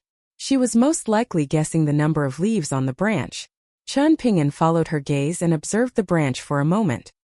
He then grinned and loudly announced, "Young miss, there are 32 leaves." The young girl dazedly turned around, and she flushed bright red when she saw the young sword immortal standing on the rooftop. By the looks of it, the iridescent morning clouds in the sky would also give more favor to beautiful people. After her slacking was exposed, the osmanthus girl suppressed the embarrassment and shyness in her mind and asked, "Young master, do you want some breakfast?" "Sure thing. Can I trouble you with bringing me a bit more? I'm quite hungry right now," Chan Ping'an replied with a smile. The osmanthus girl blinked as she looked at that figure drifting to the ground and suddenly vanishing from sight. Her mood immediately improved.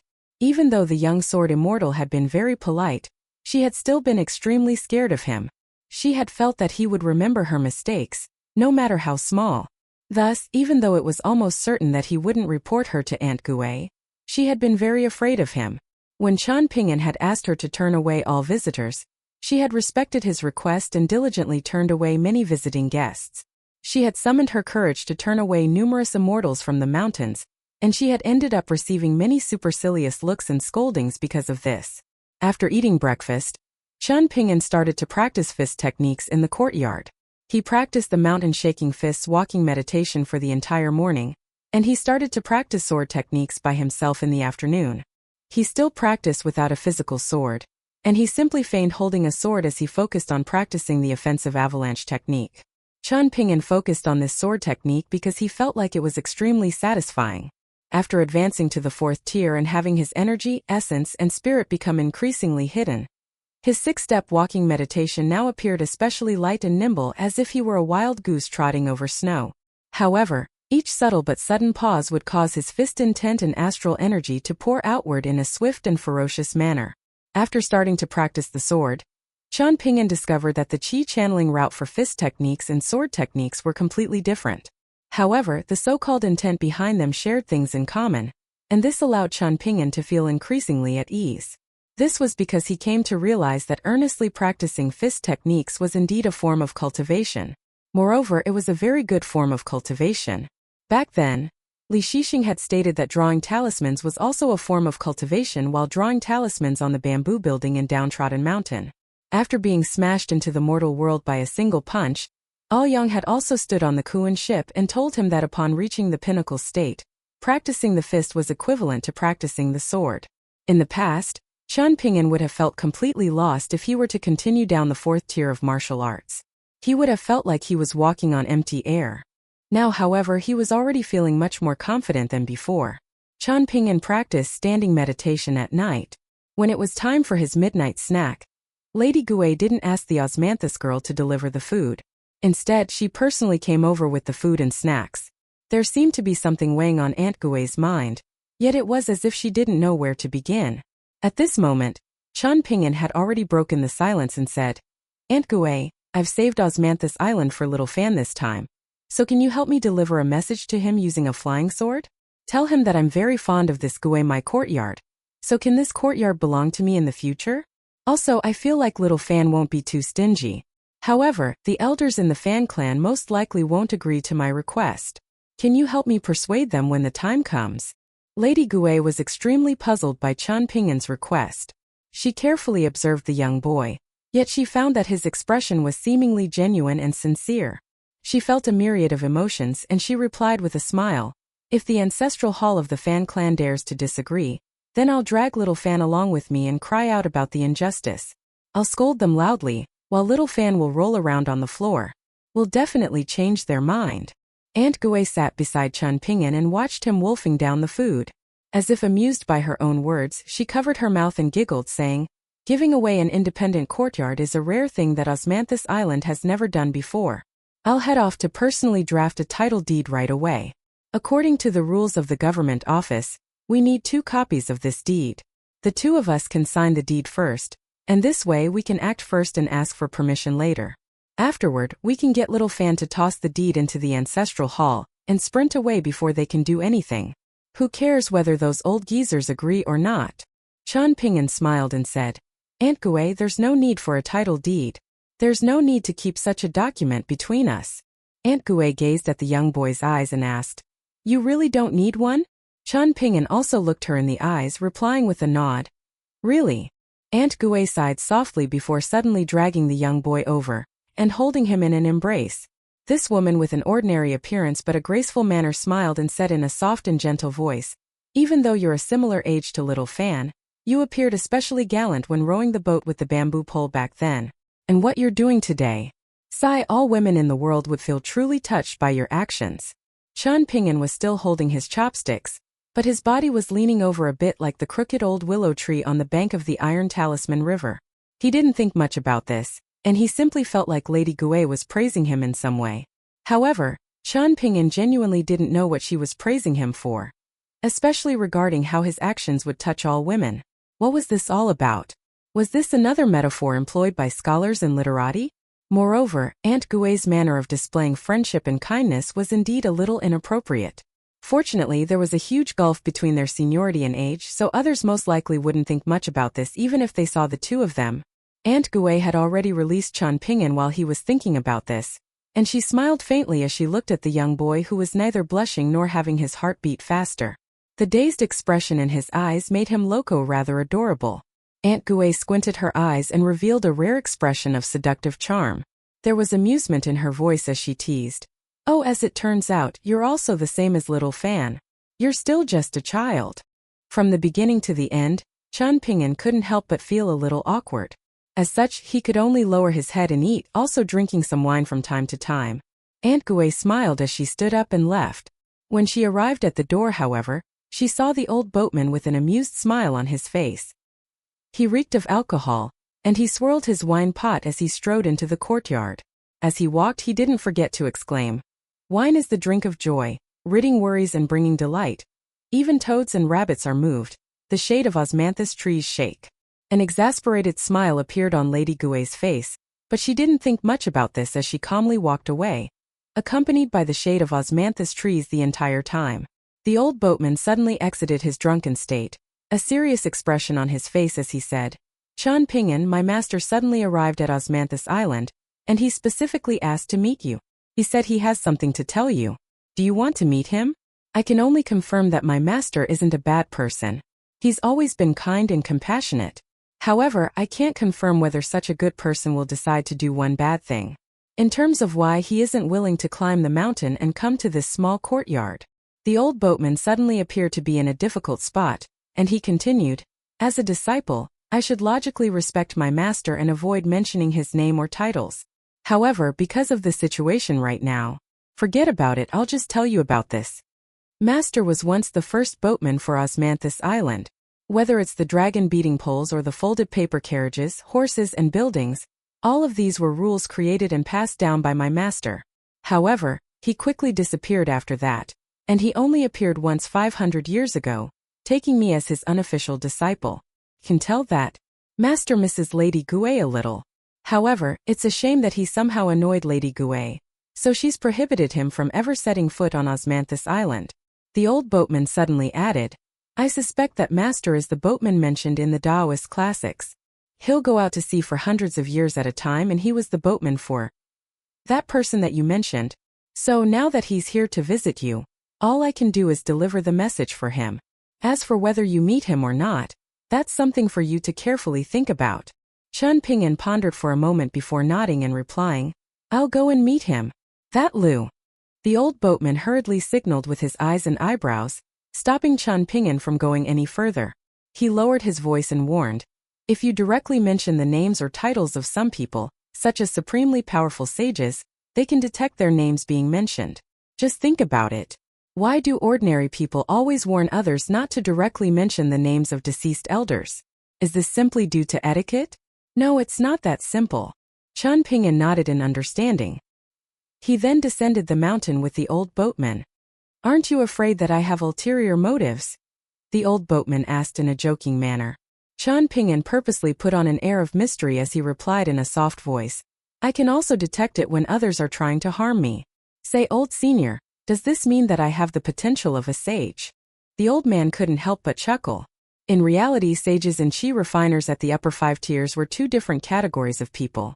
If one wanted to become a sage, especially one of the 3 teachings, that would be incredibly difficult. In fact, even becoming a 10th tier sage was likely more difficult than a chi refiner advancing to the unpolished jade tier. Qian Ping'an and the old boatman walked down the mountain and approached the familiar dock.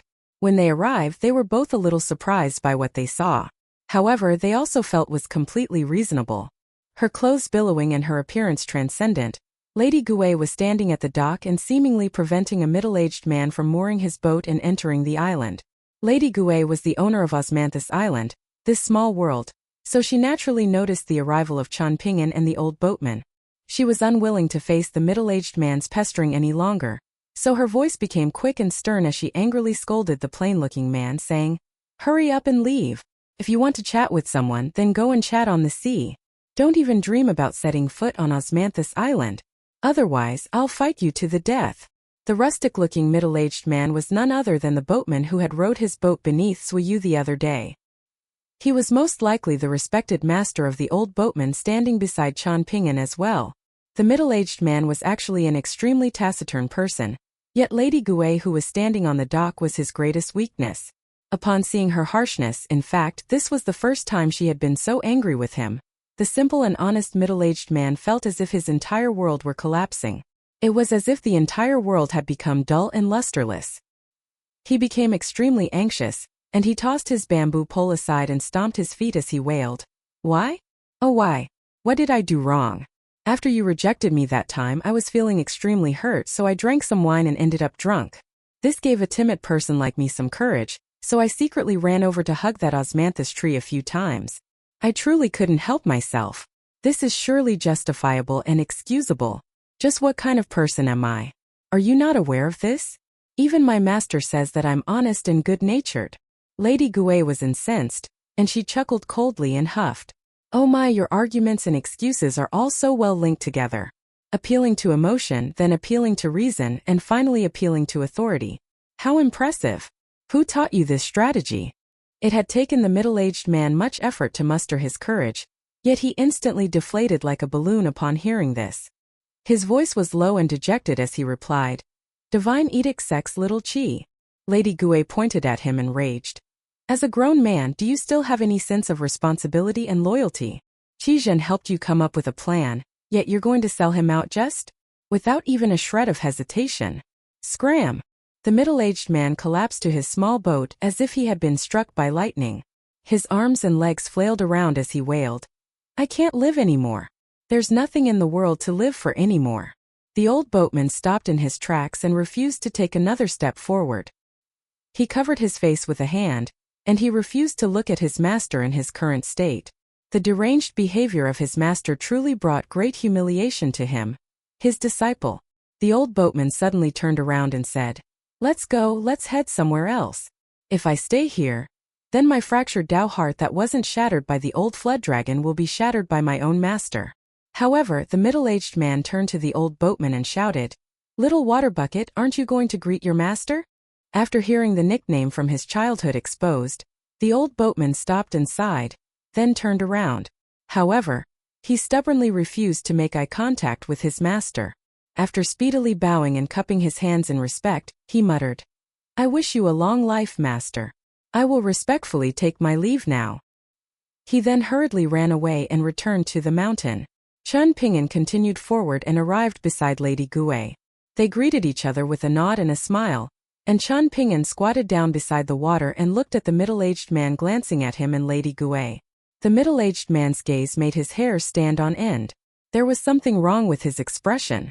Why was his expression so similar to those women in Clay Vase Alley and Apricot Blossom Alley, especially when those women glanced between their husbands and Gu Can's mother? However, Chen Ping'an quickly came to a realization. This middle-aged man looked like a fairly honest person, so why was he so narrow-minded and petty? No wonder Lady Gue didn't like him. Are you looking for me? Chen Ping'an asked.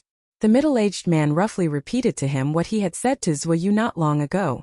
Before going any further, the middle-aged man stomped his foot and caused his bamboo pole to jump high into the air. After grabbing it, he forcefully drove it into the planks of the small boat. Using his astounding mystical powers, the middle-aged man instantly created two temporary small worlds.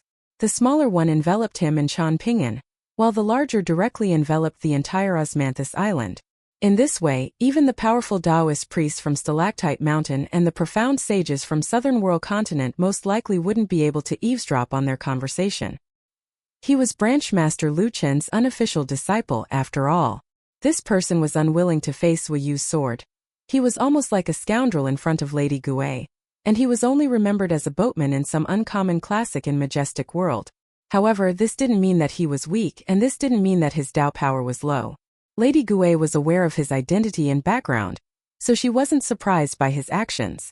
In the small world beside her, the figures of the two people were hazy, and their voices were also completely insulated. After listening to the middle-aged man's words, Chen Ping'an nodded and replied, Okay. You aren't willing to become my master's final disciple? The middle-aged man asked slowly. If you agree, I'll thank you and I'll also owe you a favor. Chen Ping'an looked at the middle-aged man, and decided to sit down on the edge of the dock and grab the sword nurturing gourd from his waist. He simply drank and didn't say anything. The middle-aged man held his bamboo pole against the ground with one hand as he gazed up at the sky and said in a soft voice, Master has never viewed me as his disciple before. I'm nothing more than a servant who rowed a boat for him back then. Even though his direct disciples all sought me out when they came to travel around this world, and they were willing to refer to me as senior brother. I'm well aware of the fact that Master has always disliked my dull-wittedness and lack of talent. Not only that, but I'm even unable to free myself from the notion of affection. Thus I searched the vast seas for countless years, hoping to follow in Master's footsteps and head to that heavenly world. I wanted to become an official disciple and study under his tutelage. Yet, Master is unwilling to see me. However, if you're willing to accept his proposal today, then he will definitely see me if he's in a good mood. I'm certain of this. Qian Ping'an smiled lazily and replied, Then do you know this? The disciple that your master wants is the one I am now, not the one I will be if I become his disciple. The middle-aged man reached up and lightly smacked his head. However, he was still unable to make heads or tails of the young boy's reply. He appeared especially annoyed as he grumbled, You've completely confused me. Say, why do teachers and students like you all speak in such a strange and confusing manner? How irritating. Even Xieshur from Complete Reed Continent speaks in such a sophisticated manner. In fact, he hides his curses amid words of praise. Because of this, I was only able to come to my senses after 100 years. I realized that he was actually disparaging me and calling me stupid, saying that this is the reason why Lady Gui doesn't like me. The middle-aged man sighed and continued, But this is still my own fault. It's my fault for being stupid. I can't blame other people for being too smart. Qian Ping'an stopped drinking and asked with a smile, Why don't you blame the world? The middle-aged man was standing on his small boat, and the young boy was sitting on the edge of the dock. Their gazes were coincidentally level. The middle-aged man cracked a grin. However, Qian Ping'an had already changed the topic, saying, Your disciple is so gravely wounded, so aren't you going to help him? If I'm not wrong, he already managed to reach the nascent tier before. However, he fell back to the golden core tier afterward. I'm his master, not his father, the middle-aged man huffed. He's already 500 years old, so does he still need me to feed him and wipe his ass? Qian Ping'an put his sword nurturing gourd away. He then raised a finger on his left hand and held it in the air. Afterward, he raised a finger on his right hand and moved it away from his left hand. It was as if there was an invisible ruler between his two fingers. The principles that I speak of are on this side, while the principles that you speak of are on that side. Both seem reasonable, but your principles are, in fact, unable to refute my principles. Do you know why? Because your principles shouldn't have gone so far in a single step. Qian Ping'an's right hand slowly moved toward his left hand. He made a tapping motion halfway, and he made one more tapping motion with each hand. He smiled faintly and continued, If your principle is only around here, then perhaps it needs to stand here to become genuinely reasonable.